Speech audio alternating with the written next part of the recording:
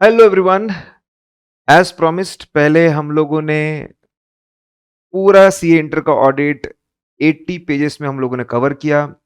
Each and every point from the module is covered in very beautiful systematic, बहुत logical charts के form में। फाड़ू chart book आपके लिए available है। फिर मैंने आपको प्रॉमिस किया था कि मैं लगभग 12 घंटे में ये पूरी चार्ट बुक रिवाइज कर दूंगा ताकि आप बहुत सारी मल्टीपल रिविजन्स कर सके और एग्जाम के एक दिन पहले भी आप अच्छे से शांति से रिवीजन कर सके। तो उसकी शुरुआत हो चुकी है और आज चैप्टर नंबर 1 को हम बहुत प्यारी तरीके से रिवाइज करवा रहे हैं। लगभग एक घंटे के अंदर पूरा चैप्टर नंबर 1 और आगे इससे कम समय या इसी के आसपास कुछ समय में एक एक चैप्टर आपका पूरा रिवाइज हो जाएगा। लगभग 12 घंटे में पूरे के पूरे चैप्टर्स, और मैं रेगुलर बेसिस पे अभी इसको मैं डालता रहूंगा। आपको फाड़ू चार्ट बुक फिजिकली कैसे आप एक्सेस कर सकते हैं, और आप अगर फ्री डिजिटल कॉपी चाहते हैं तो उसके लिए मैंने डिस्क्रिप्शन में लिंक दी है, वो आप देख लीजिए। ठीक है। मैंने इस लेक्चर में बहुत कम मैंने एक्सप्लेनेशन रखा हुआ है क्योंकि रिवीजन पे ध्यान है। अगर हम ज्यादा पढ़ाएंगे तो समय बढ़ जाएगा और फिर कोई मजा नहीं आएगा उसका। करेक्ट। तो उस बात का ध्यान रखना कि स्पीड ज्यादा है। आप स्पीड स्लो करके देख सकते हो, जब आप कंफर्टेबल हो जाए तो आप स्पीड तो और बढ़ाकर भी देख सकते हो। तो इसका पूरा आप फायदा उठाइए। और आपको कितना मजा आ रहा है प्लीज आप लाइक करके और कमेंट्स डाल के, क्योंकि इससे हमको, हमारी टीम को बहुत मजा आता है। आपके कमेंट सुनते हैं तो हमको लगता है कि हमारी जो मेहनत हुई वो सफल हुई। चलिए, chapter 1 part 1, background of audit. Company को मैनेजमेंट चलाता है, सारे ट्रांजैक्शन मैनेजमेंट करता है, अकाउंटिंग मैनेजमेंट करता है, फाइनेंशियल स्टेटमेंट मैनेजमेंट ही बनवाता है। मतलब ऐसा है कि खुद की फाइनेंशियल परफॉर्मेंस रिपोर्ट खुद बना रहे हो, तो कैसे मान ले भरोसेमंद है कि नहीं, रिलायबल है कि नहीं, हो सकता है मैनिपुलेट किया हुआ हो। इसलिए हमको होनहार, बुद्धिमान, शक्तिमान व्यक्ति चाहिए जो ये फाइनेंशियल स्टेटमेंट को चेक करके बताए भरोसेमंद है कि नहीं। ऑडिट का सिंपल मतलब अगर मैं बोलूं तो इसका मतलब होता है चेक करके रिपोर्ट देना।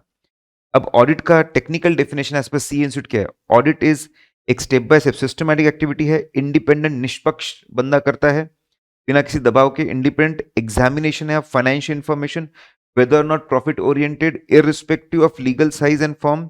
अल्टीमेट ऑब्जेक्टिव होता है ओपिनियन देना, weather financial statements give true and fair view. Exam में क्वेश्चन आता है कि इन जनरल बताइए फाइनेंशियल स्टेटमेंट मिसलीडिंग तो नहीं है, कैसे आप चेक करेंगे? देखिए, कभी भी फाइनेंशियल ट्रांजैक्शन तो सबसे पहले सपोर्टिंग डॉक्यूमेंट्स बनते हैं, इनवॉइसेस बनते हैं। तो आप देखिए जितने भी सपोर्टिंग डॉक्यूमेंट है वो जो प्राइमरी बुक्स में जर्नल में एंट्रीज है उससे मैच हो रहे हैं क्या? वाउचर से प्राइमरी बुक्स चेक करना है और प्राइमरी बुक से वाउचर चेक करना है। बोथ वे चीजें मैच होनी चाहिए। इनपुट से आउटपुट मैच होना चाहिए और आउटपुट में जो चीज है वो इनपुट से मैच होनी चाहिए। Both should match both way. फिर प्राइमरी बुक्स में जो एंट्रीज है आप चेक करिए, posting in general ledger, ledger account में posting, again both way match होना चाहिए। फिर लेजर अकाउंट में जो बैलेंसेस है वो बैलेंसेस ट्रायल बैलेंस में दिखने चाहिए और वहां से फाइनेंशियल स्टेटमेंट में जाने चाहिए। Again they should match with both ways. अगर ये पूरा मैच हो गया तो जो बेसिक डॉक्यूमेंट्स है वहां से प्राइमरी बुक्स, प्राइमरी से लेजर, लेजर से ट्रायल बैलेंस, वहां से फाइनेंशियल स्टेटमेंट, पूरा डेटा मैच हो जाएगा। अब अगर डेटा सही है तो फिर आगे फाइनेंशियल स्टेटमेंट में उसको जिस तरीके से क्लासिफाई किया है, प्रेजेंट किया, डिस्क्लोजर किया है, वो अकाउंटिंग स्टैंडर्ड शेड्यूल 3 के हिसाब से होना चाहिए, तभी सही लगेगा। एकदम क्लियरली चीजों को लिखना चाहिए, कोई कंफ्यूजिंग तरीके से नहीं लिखना चाहिए। और सच्चाई बता रहा है, presents true and fair view, सच्ची बात, सच्ची फाइनेंशियल पोजीशन और परफॉर्मेंस बता रहा है, इसका ख्याल रखना पड़ेगा। एक सिंपल सा एग्जांपल दिया हुआ है आपके रिपेयर्स और पावर फ्यूल का, जो फाइनेंशियल स्टेटमेंट में दिख रहा है, और दिख रहा है कि इसकी कोई सपोर्टिंग एंट्रीज नहीं है, बस फाइनेंशियल स्टेटमेंट में नजर आ रहा है। इसका मतलब ये फेक है, गलत है, मिसलीडिंग है। फिर हम लोग बात करते हैं ऑडिट वर्ड कहां से आया। इसका ओडायर, ऑडिटर्स, ऑडिटर्स कंपोटी, इसका सिंपल मतलब है सुनना। क्योंकि ऑडिट में हम लोग चीजों को, बहुत सारे सवाल जवाब करते हैं और लोगों के जवाब सुन सुन के तय करते चीजें सही है कि नहीं। कितने तरह के ऑडिट होते हैं? 2 तरह के होते हैं। मैंडेटरी ऑडिट, चीज एज पर लॉ करना जरूरी है, जैसे बड़े बड़े कॉर्पोरेशन है उनके लिए स्पेसिफिक स्पेसिफिक एक्ट है उनके लिए, जैसे एसबीआई, एलआईसी, वहां पे ऑडिट मैंडेटरी होता है। उनसे छोटे बैंकिंग कंपनीज, वहां पर भी। उनसे छोटे इलेक्ट्रिसिटी कंपनी मैंडेटरी है। उनसे छोटे companies in general, companies act में मैंडेटरी है। इसके बाद स्पेसिफाइड एंटिटीज, अगर एक लेवल के ऊपर टर्न हो जाता है तो ऑडिट मैंडेटरी होता है। टैक्स ऑडिट मैंडेटरी हो जाता है। उससे छोटे फिर पब्लिक चैरिटेबल ट्रस्ट है, ट्रस्ट एक्ट के हिसाब से, रिलीजियस ट्रस्ट एक्ट के हिसाब से मैंडेटरी। उससे छोटे कोऑपरेटिव सोसाइटी, एक सीक्वेंस में है, बड़े से लेकर छोटे तक, याद रखने में बड़ी आसानी जाएगी। उसके बाद अगर हम लोग बात करते हैं वॉलेंट्री ऑडिट्स की, कि भाई ये खुद होके जो लोग ऑडिट करवाते हैं, proprietor, HUF, partnership, under 1932 act, ये लोग खुद होकर अपना ऑडिट करवाते हैं। फिर हम बात करते हैं advantages, advantages of audit. Audit के एडवांटेज क्या है, इसको बहुत प्यारी तरीके से हम लोगों ने अरेंज किया है।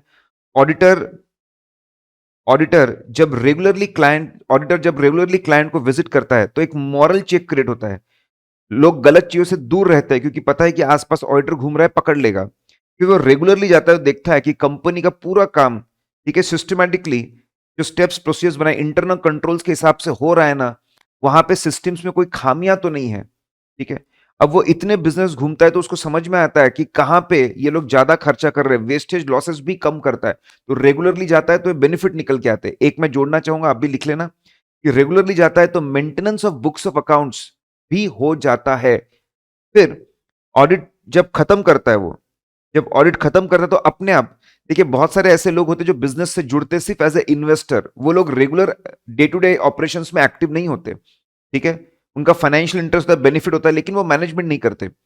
ऑडिट जब खत्म होता है तो ऑडिटर को समझ में आता है कि इन्वेस्टर्स के साथ जस्टिस हुआ है कि नहीं हुआ है। Dormant partner, share holders, bankers, financial institutions, तो उनके राइट्स को प्रोटेक्ट किया कि नहीं, वो भी समझ में आ जाता है, वो भी एडवांटेज है।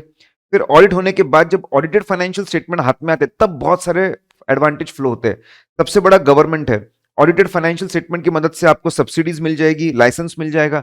ऑडिटेड फाइनेंशियल स्टेटमेंट की मदद से आप टैक्स आराम से कंप्यूट करके टैक्स भर सकते हो। बैंक के पास जाकर आप उनको फाइनेंशियल स्टेटमेंट दिखाकर आप लोन ले सकते हो। इंश्योरेंस कंपनी को फाइनेंशियल स्टेटमेंट दिखाकर इंश्योरेंस क्लेम का अमाउंट आप तय कर सकते हो। पार्टनर, अगर ऑडिटेड फाइनेंशियल स्टेटमेंट है तो पार्टनर्स के बीच में अकाउंट आसानी से सेटल हो जाएगा। एडमिशन, रिटायरमेंट, डेथ जब भी होता है, रिकॉन्स्टिट्यूशन, उसमें आसानी से चीजें हो जाती है। ओनर अगर बिजनेस को बेचना चाहे तो फाइनेंशियल स्टेटमेंट की मदद से बेच सकता है। एम्प्लॉय को अगर डाउट है कि भाई मुझे मेरे प्रॉफिट का बोनस मिल रहा है कि नहीं मिल रहा है, ऑडिटेड फाइनेंशियल स्टेटमेंट की मदद से वो डाउट क्लियर हो सकता है। फिर हमने देखा कोर ऑडिट प्रोसेस, सभी स्टैंडर्ड्स ऑन ऑडिटिंग को अगर हम मर्ज कर दे और एक प्यारा सा फ्लो बना ले तो कोर ऑडिट प्रोसेस ऐसे समझने काम आएगा। इसके ऊपर डायरेक्ट एग्जाम में कोई क्वेश्चन आने वाला नहीं है।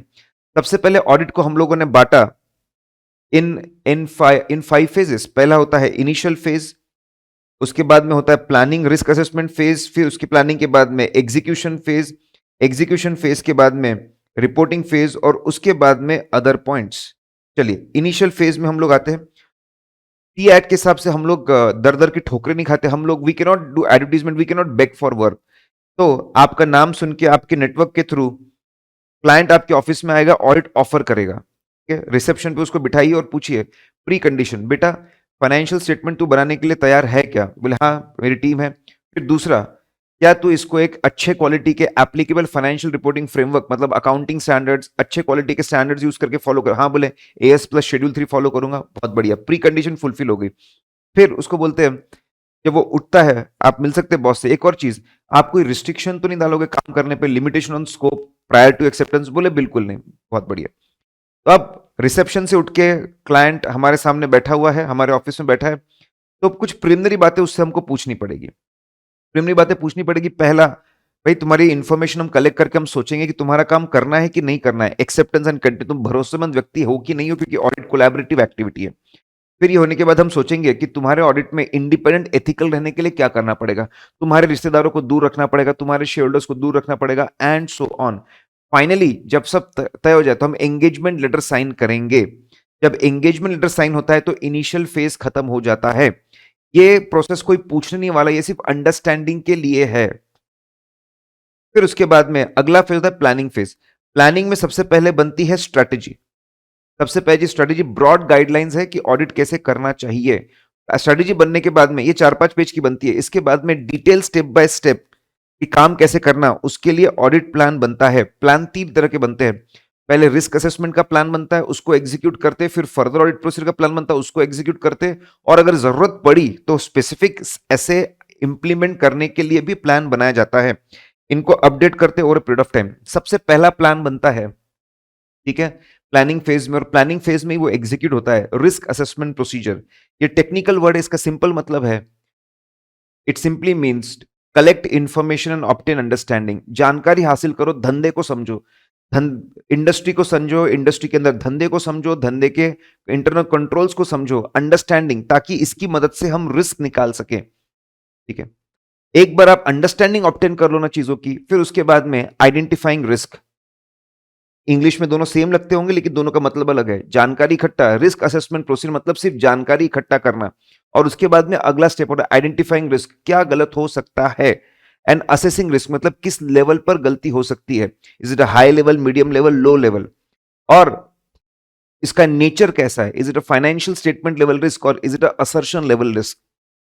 ठीक है, रिस्क मतलब गलत चीजें होने के चांसेस। अगर मुझे ऐसा दिखता है कि फाइनेंशियल स्टेटमेंट में कहीं पर भी प्रॉब्लम हो सकता है, वो फाइनेंशियल स्टेटमेंट लेवल रिस्क है। जैसे मैनेजमेंट की नीयत खराब है, कहीं पर भी गड़बड़ कर सकते हैं, इनका सॉफ्टवेयर खराब है, कहीं पर भी गड़बड़ हो सकती है, इनका अकाउंट हेड गधा है, उसको समझ में नहीं आता कुछ, कहीं पर भी गड़बड़ हो सकती है, ये फाइनेंशियल स्टेटमेंट लेवल रिस्क है।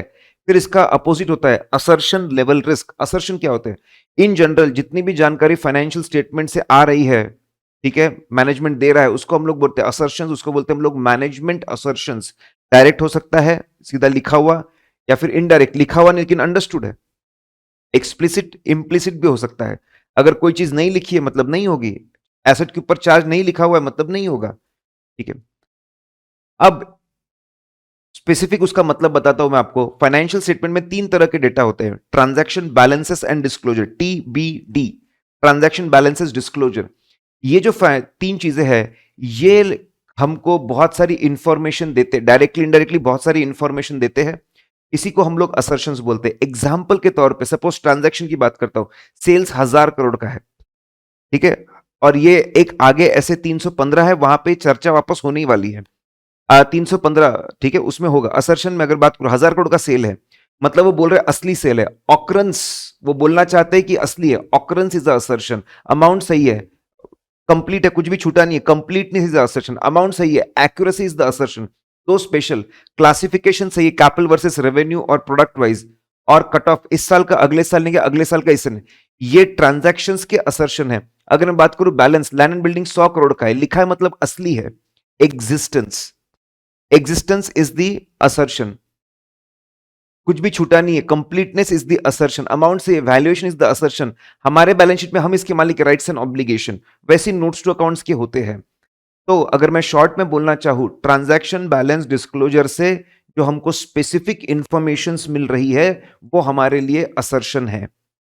अब अगर अगर कोई बोलता है कि प्रॉपर्टी के ओनरशिप में दिक्कत है, मतलब राइट्स एंड ऑब्लिगेशन लेवल की रिस्क है, it is assertion level risk. अगर फाइनेंशियल स्टेटमेंट लेवल रिस्क है तो क्या करना चाहिए, ओवरऑल रिस्पॉन्स, पूरे टीम को आप स्ट्रांग बना दो, ज्यादा सीनियर्स को आप इंक्लूड कर लो। अगर असर्शन लेवल रिस्क है तो आपने क्या करना चाहिए, फर्दर ऑडिट प्रोसीजर को आप लगाइए। पहले आप कंपनी के सिस्टम्स चेक करिए कि सिस्टम्स बराबर है ना, उसको बोलते हैं टेस्ट ऑफ कंट्रोल्स। अगर सिस्टम बराबर है तो हमारी आगे की चेकिंग 1/4 हो जाएगी, नहीं तो 4 गुना बढ़ जाएगी। तो ये एक बहुत इंपॉर्टेंट टेस्ट है जो हमको आगे गाइड करेगा कि चेकिंग कम होगी कि ज्यादा होगी। हमारे एफर्ट्स को गवर्न करने वाला इंटरमीडिएरी स्टेप है। टेस्ट ऑफ कंट्रोल करने के बाद में हम हर एरिया में जाके चीजें कंफर्म करना शुरू करते हैं, उसको बोलते हैं सब्सटेंटिव प्रोसीजर।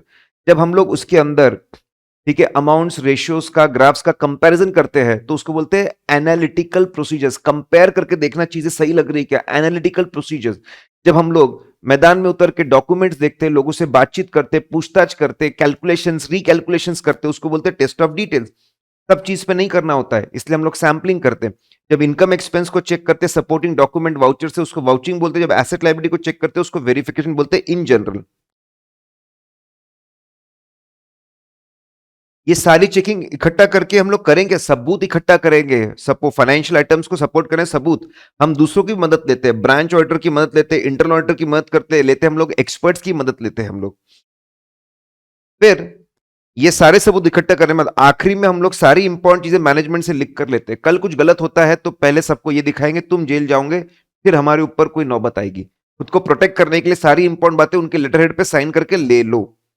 सबूत मिलने के बाद जब गलतियां मिलती है, उसको मिसस्टेटमेंट बोलते हैं, उसको रेक्टिफाई करवाते हैं। फिर कितनी रेक्टिफाई हुई कितनी नहीं, उसके हिसाब से हम लोग ओपिनियन को फ्रेम करते, रिपोर्ट में ड्राफ्ट करके लिखते, उस पर साइन नहीं मारते। ठीक है, एक नॉन टीम मेंबर को बोलते हैं कि भाई तू देख ले मैंने काम बराबर किया है ना पूरा। जब वो बोले कि सब बराबर किया, उसको बोलते हैं engagement quality control review. Engagement की क्वालिटी को बरकरार रखने के लिए जो रिव्यू किया जाता है, एक नॉन टीम मेंबर देखता है कि सब बराबर है ना, फिर हम लोग रिपोर्ट को साइन करते हैं। साइन करने के बाद में पूरे फाइल्स को बढ़िया सजा के रखते हैं, उसको कंप्लीट करते डॉक्यूमेंटेशन, और रेगुलर बेसिस पे हमारे सीनियर्स काम को चेक करते रहते हैं, उसको बोलते हैं इंस्पेक्शन एंड मॉनिटरिंग। अगला पार्ट है ऐसे का इंट्रोडक्शन। दो तरह के स्टैंडर्ड्स होते हैं, अलग अलग एंगेजमेंट, अलग अलग असाइनमेंट्स को करने के लिए एंगेजमेंट स्टैंडर्ड्स होते हैं, और सभी असाइनमेंट्स की क्वालिटी को बरकरार रखने के लिए। ठीक है, क्वालिटी मतलब दो चीजें होती है, पूरा काम सिस्टमेटिकली रॉ रूल्स रेगुलेशंस के हिसाब से होना, बिल्कुल systematically, systematic law rules regulation standards के हिसाब से काम होना चाहिए, और आखिरी में जो रिपोर्ट बने बहुत ही भरोसेमंद होनी चाहिए। जब ये दो चीजें हो जाती है कि काम बराबर हो रहा है और रिपोर्ट बहुत भरोसेमंद बन रही है, उसको बोलते हैं क्वालिटी।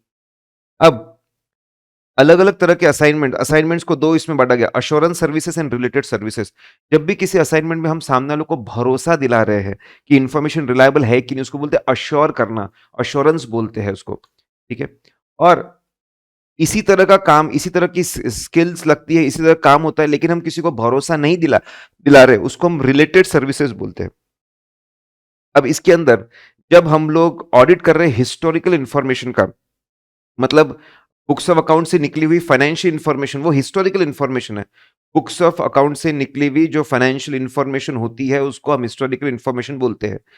उससे उस इंफॉर्मेशन का जब हम ऑडिट कर रहे हैं तो हमको एसेज लगते हैं। ठीक है, एसेज के लिए एसेज लगते हैं, 38 स्टैंडर्ड है, सीरीज के बारे में चर्चा करते हैं थोड़ी देर में। फिर जब हम लोग चीजों को शॉर्ट में चेक करते हैं, ठीक है, रिव्यू वर्ड के दो मतलब होते हैं, शॉर्ट में चेक करना उसको भी रिव्यू बोलते हैं, और जब जूनियर काम सीनियर चेक करता है उसको भी हम लोग रिव्यू बोलते हैं। जब हमारे पास समय कम होता है, शॉर्ट में चेक करते हैं, तो हमारे पास में रिव्यू करके है। तो अगर आपको रिव्यू करना है हिस्टोरिकल इन्फॉर्मेशन को, तो आपको SRE लगते हैं, स्टैंडर्ड्स ऑन रिव्यू एंगेजमेंट। दो ही स्टैंडर्ड्स है, नंबर ऑफ स्टैंडर्ड्स याद रखने की जरूरत नहीं है आपको। फिर इसके बाद में जब हम लोग ऑडिट रिव्यू करते हैं, हिस्टोरिकल इन्फॉर्मेशन का नहीं, लेकिन फ्यूचरिस्टिक इन्फॉर्मेशन का, फोरकास्टेड इन्फॉर्मेशन का, या फिर इससे कुछ अलग इन्फॉर्मेशन का हम लोग ऑडिट कर रहे हैं, तो फिर हम लोग स्टैंडर्ड्स ऑन अश्योरेंस एंगेजमेंट लगते हैं, 3000 सीरीज उसके लिए 3 स्टैंडर्ड है उसके।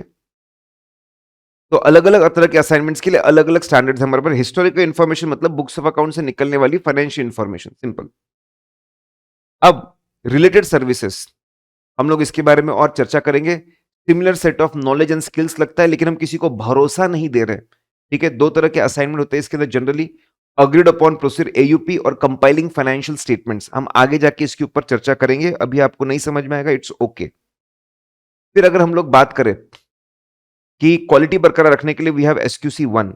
ये कोई भी असाइनमेंट आप परफॉर्म करो, यहाँ पे भी हम लोग जितने भी 4 तरह के असाइनमेंट देख कर आए, लेकिन सबकी क्वालिटी को बरकरार रखने के लिए we have standards on quality control. यहाँ पे ऐसे प्रिंसिपल्स प्रोसीजर्स दिए हुए जिसको अगर आप फॉलो करोगे तो फर्म के अंदर होने वाले अश्योरेंस और रिलेटेड असाइनमेंट्स की क्वालिटी बरकरार रहेगी। अब सबके लिए एक सीरीज फिक्स की है, 1 to 99 SQC के लिए फिक्स करके रखा हुआ है, उसके लिए फिक्स करके रखा है। फिर 100 से लेके 999 ये रेंज ऐसे के लिए है, 2000 से 2699 SRE के लिए, 3000 3699 SE के लिए, 4000 to 4699 SRS के लिए है। स्टैंडर्ड्स ऑन ऑडिटिंग के अंदर किस तरह की बातें बोली हुई है कि भाई ऑडिट क्यों कर रहे हैं हम लोग, ऑब्जेक्टिव क्या है। तो यहां पे क्या दिया हुआ है, यहां पे ऑब्जेक्टिव्स, अल्टीमेट ऑब्जेक्टिव क्या है, उसको अचीव करने के लिए प्लानिंग कैसे करना, रिस्क कैसे निकालना, फिर एविडेंस कैसे लेना, जो कोर ऑडिट प्रोसेस में हम पढ़कर आए। फिर एविडेंस के लिए सैंपलिंग कैसे करना, आखिरी में गोइंग कंसर्न चेक करो, फिर रिपोर्ट बनाओ और डॉक्यूमेंटेशन। ये ऐसे के नंबर कैसे याद रखना, आप YouTube के ऊपर जाइए, crazy way to remember standards auditing, सारे के सारे 35 के 35 सारे आपको स्टैंडर्ड नंबर और नाम याद हो जाएंगे। क्रेजी वे टू रिमेंबर, रविटावरी, क्रेजी वे टू रिमेंबर, ठीक है, रिमेंबर ऐसे नंबर्स, स्टैंडर्ड्स ऑन ऑडिटिंग, वो आप जाइए। ऑडिट और रिव्यू की अगर मैं कंपेयर करूं, ऑडिट को काफी समय लगता है, रिव्यू को कम समय लगता है। इसमें हम सभी तरह के ऑडिट प्रोसेस परफॉर्म करते हैं। यहाँ पे हम सिर्फ 2 तरह करते हैं, इंक्वायरी और एनालिटिकल प्रोसीजर्स, बस 2 तरह काम हम लोग करते हैं। यहाँ पे रिस्क को हम बहुत लो लेवल पर लेकर आते हैं। यहाँ पे हम उसको सिर्फ एक्सेप्टेबल लेवल, लो नहीं बोला, एक्सेप्टेबल लेवल। यहाँ पे हाई लेवल ऑफ कॉन्फिडेंस से हम चीजें बताते हैं लोगों को, रीजनेबल लेवल ऑफ अश्योरेंस। यहाँ पे लिमिटेड और मॉडरेट लेवल ऑफ अश्योरेंस होता है। एग्जाम्पल एनुअल ऑडिट है, यहाँ पे review of quarterly financial statements है। अगर मैं रिव्यू की बात करूं, दो स्टैंडर्ड है, 2400 और 2410। आपको सिर्फ नाम एक्सपेक्टेड है आपके कोर्स में, सिर्फ आपका नाम एक्सपेक्टेड है। अगर हिस्टोरिकल इंफॉर्मेशन का रिव्यू करना है 2400 लगता है। अगर आप interim financial statement, monthly quarterly financial statement का रिव्यू कर रहे हो, ठीक है, और वो भी आप एनुअल फाइनेंशियल स्टेटमेंट का ऑडिट भी कर रहे हो, अच्छा बीच में के फाइनेंशियल स्टेटमेंट का रिव्यू करोगे और फाइनल ऑडिट भी करोगे, तो ये दोनों काम एक साथ हो सकते हैं, एक में की मदद हो सकती है, इसलिए उसको एक साथ कैसे करना उसके लिए 2410 है। फिर अश्योरेंस एंगेजमेंट, जब आप हिस्टोरिकल इंफॉर्मेशन नहीं, अदर देन हिस्टोरिकल इंफॉर्मेशन की जब आप चेकिंग करते हैं तो उसको हम लोग, हाँ, अदर देन हिस्टोरिकल इंफॉर्मेशन, तो उसको हम लोग SAE लगाते हैं। एग्जाम्पल के तौर पे फ्यूचरिस्टिक फाइनेंशियल इंफॉर्मेशन, प्रोस्पेक्टिव, आगे क्या होने वाला है। दो तरह के प्रोस्पेक्टिव फाइनेंशियल इंफॉर्मेशन होते हैं, रियलिस्टिक अजम्पशन के बेसिस पे क्या होने वाला है, बेस्ट एस्टिमेट के बेसिस पे क्या होने वाला है, उसको हम लोग फोरकास्ट बोलते हैं। और हाइपोथेटिकल अजम्पशन, नया प्लान बना लिया तो, एक्सपोर्ट कर लिया तो, ऐसा कर लिया तो, वैसा कर लिया तो, जरूरी होता है बिजनेस के लिए, उसको हम हाइपोथेटिकल अजम्पशंस बोलते हैं, ठीक है। Historical financial information past events के ऊपर बेस्ड है। पास्ट इवेंट्स, जो इवेंट्स हो चुके हैं, कंडीशंस हो चुकी है, जिसकी अकाउंटिंग हो चुकी है, हिस्टोरिकल इंफॉर्मेशन। आगे फ्यूचर में क्या होने वाला है, दैट इज प्रोस्पेक्टिव इंफॉर्मेशन। अगर आपको प्रोस्पेक्टिव इंफॉर्मेशन का ऑडिट करना है तो 3400 लगता है।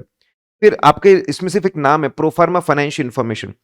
सपोज साल खत्म होने के बाद में बहुत बड़ा एक्विजिशन हुआ, तो उसका that is not going to come reflected in financial statement, क्योंकि साल खत्म हो चुका था। लेकिन इन्वेस्टर को समझाना है कि इस एक्विजिशन का इंपैक्ट कैसे होगा, तो एक हाइपोथेटिकल अजम्पशन लिया था, काल्पनिक है कि अगर ये हम एक्विजिशन साल के शुरुआत में कर लेते 1 अप्रैल से, तो फाइनेंशियल स्टेटमेंट कैसे बनते, ठीक है। तो एक हाइपोथेटिकल अजम्पशन लेकर एक नए प्रकार के all together different proforma financial information, ये असली नहीं है। हमने ऐसा माना कि ये एक्विजिशन, ये चेंज अगर पहले तारीख से होता 1 अप्रैल से, तो फाइनेंशियल स्टेटमेंट कैसे थे, ताकि आपको एक फील आ जाए कि इससे हमारे कंपनी पे क्या इंपैक्ट हो रहा है। जनरली ये चीजें प्रोस्पेक्टस में बना के दी जाती है। ऐसे हाइपोथेटिकल फाइनेंशियल स्टेटमेंट का ऑडिट करने के लिए, प्रोफार्मा फाइनेंशियल इंफॉर्मेशन ऑडिट करने के लिए 3420 है, ठीक है। फिर मैंने बोला कि भाई हम यहां पे किसी को अश्योरेंस नहीं दे रहे, भरोसा नहीं दे रहे, लेकिन जो स्किल्स है, नॉलेज है, चीजें है, वो उसके जैसी है, तो उसको हम रिलेटेड सर्विसेज बोलते हैं। यहां पर लोग हमको बुलाते कि बस मुझे 4 स्टेप करके देते, मैं तेरे और मेरे बीच में तय, बस तू 4 चीजें करके दे देगा, 3 चीजें करके देगा, उसको बोलते हैं अग्रीड अपॉन प्रोसीजर। और उससे तेरे को जो फैक्ट्स मिलेंगे बस वो मुझे बता दे, तू तेरा ओपिनियन मत दे, तेरी बातें कुछ भी मत बोल, बस ये चीजें कर, उसमें क्या मिला बता, अच्छा बुरा क्या है मैं ये सब सोच लूंगा। ये पूरे फाइनेंशियल स्टेटमेंट के लिए भी हो सकता है, या फिर उसके अंदर की इंडिविजुअल इंफॉर्मेशन के लिए भी हो सकता है। एग्जाम्पल, डेटर के लिए कि भाई तू डेटर की लिस्ट को लेजर से मैच कर ले, फिर उसके कंफर्मेशन मंगवा ले, और जहां पे डिफरेंस आ रहा है रिकंसिलेशन चेक कर ले, बस 3 चीजें करके मेरे को दे दे, अच्छा बुरा मैं सोच लूंगा। 4400, ऐसे असाइनमेंट्स भी आते हैं हमारे पास। कभी कभी लोग हमको बोलते हैं फाइनेंशियल स्टेटमेंट बनाकर दे दे यार, मेरे को नहीं जम रहा एएस के हिसाब से, इंडियस के हिसाब से शेड्यूल 3, उसको कंपाइलेशन बोलते हैं, 4410 उसको लगता है। क्या ऐसे के अंदर भी और ब्रेकअप है? बिल्कुल ब्रेकअप है। पहली 100 की सीरीज इंट्रोडक्टरी मैटर्स है, फिर अगले 200 की सीरीज जो है जनरल प्रिंसिपल्स एंड रिस्पॉन्सिबिलिटीज है, फिर 300 और 400 रिस्क कैसे पता लगाना और उससे कैसे रिस्पॉन्स रिस्क, उस पर ऑडिट कैसे करना।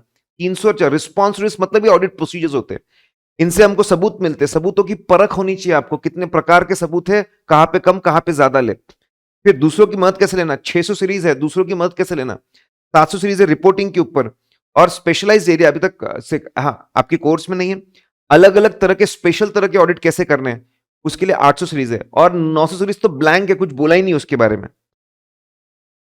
अगर हम बात करें डॉक्यूमेंट्स किस तरह के, 2 तरह के डॉक्यूमेंट्स है, पहला स्टेटमेंट्स और स्टैंडर्ड्स है, और दूसरा आपका गाइडेंस नोट है, जो बहुत ही इंपॉर्टेंट क्रिटिकल मैटर्स होते हैं, एक्सट्रीमली इंपॉर्टेंट, अकाउंटिंग और ऑडिटिंग दोनों के, उसके लिए स्टेटमेंट्स और स्टैंडर्ड्स को इशू किया जाता है। ये मैंडेटरी इन नेचर है, मैंडेटरी है, they are mandatory in nature. ये जो स्टेटमेंट ऑन अकाउंटिंग होते हैं, ऑडिटर को चेक करना पड़ता है कि पूरी जो अकाउंटिंग हुई है, वो अकाउंटिंग हुई है financial, they are complying, compliance, ठीक है, पूरे statement on accounting standard on account, statement of accounting accounting standard के हिसाब से हुआ है ना।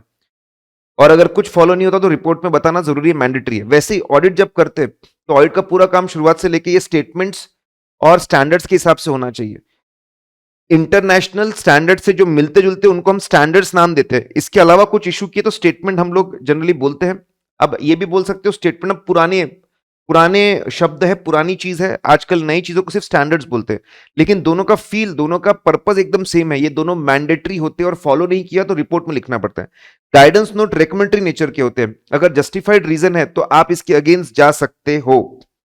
यहां पर भी अकाउंटिंग करते हो हमको देखना है गाइडेंस नोट को फॉलो किया ना। अगर गाइडेंस नोट को फॉलो नहीं किया जाता तो आपको सिचुएशन को देखना पड़ेगा कि जस्टिफाइड था क्या। हो सकता है रिपोर्ट में लिखे, हो सकता है रिपोर्ट में ना लिखे, डिपेंडिंग ऑन सिचुएशन। ऑडिटिंग भी जब करते हैं तो गाइडेंस नोट को फॉलो करना मैंडेटरी। अगर नहीं किया तो रिपोर्ट में बताना है क्या, सिचुएशन को देखकर समझना पड़ेगा कि बताए कि ना बताए।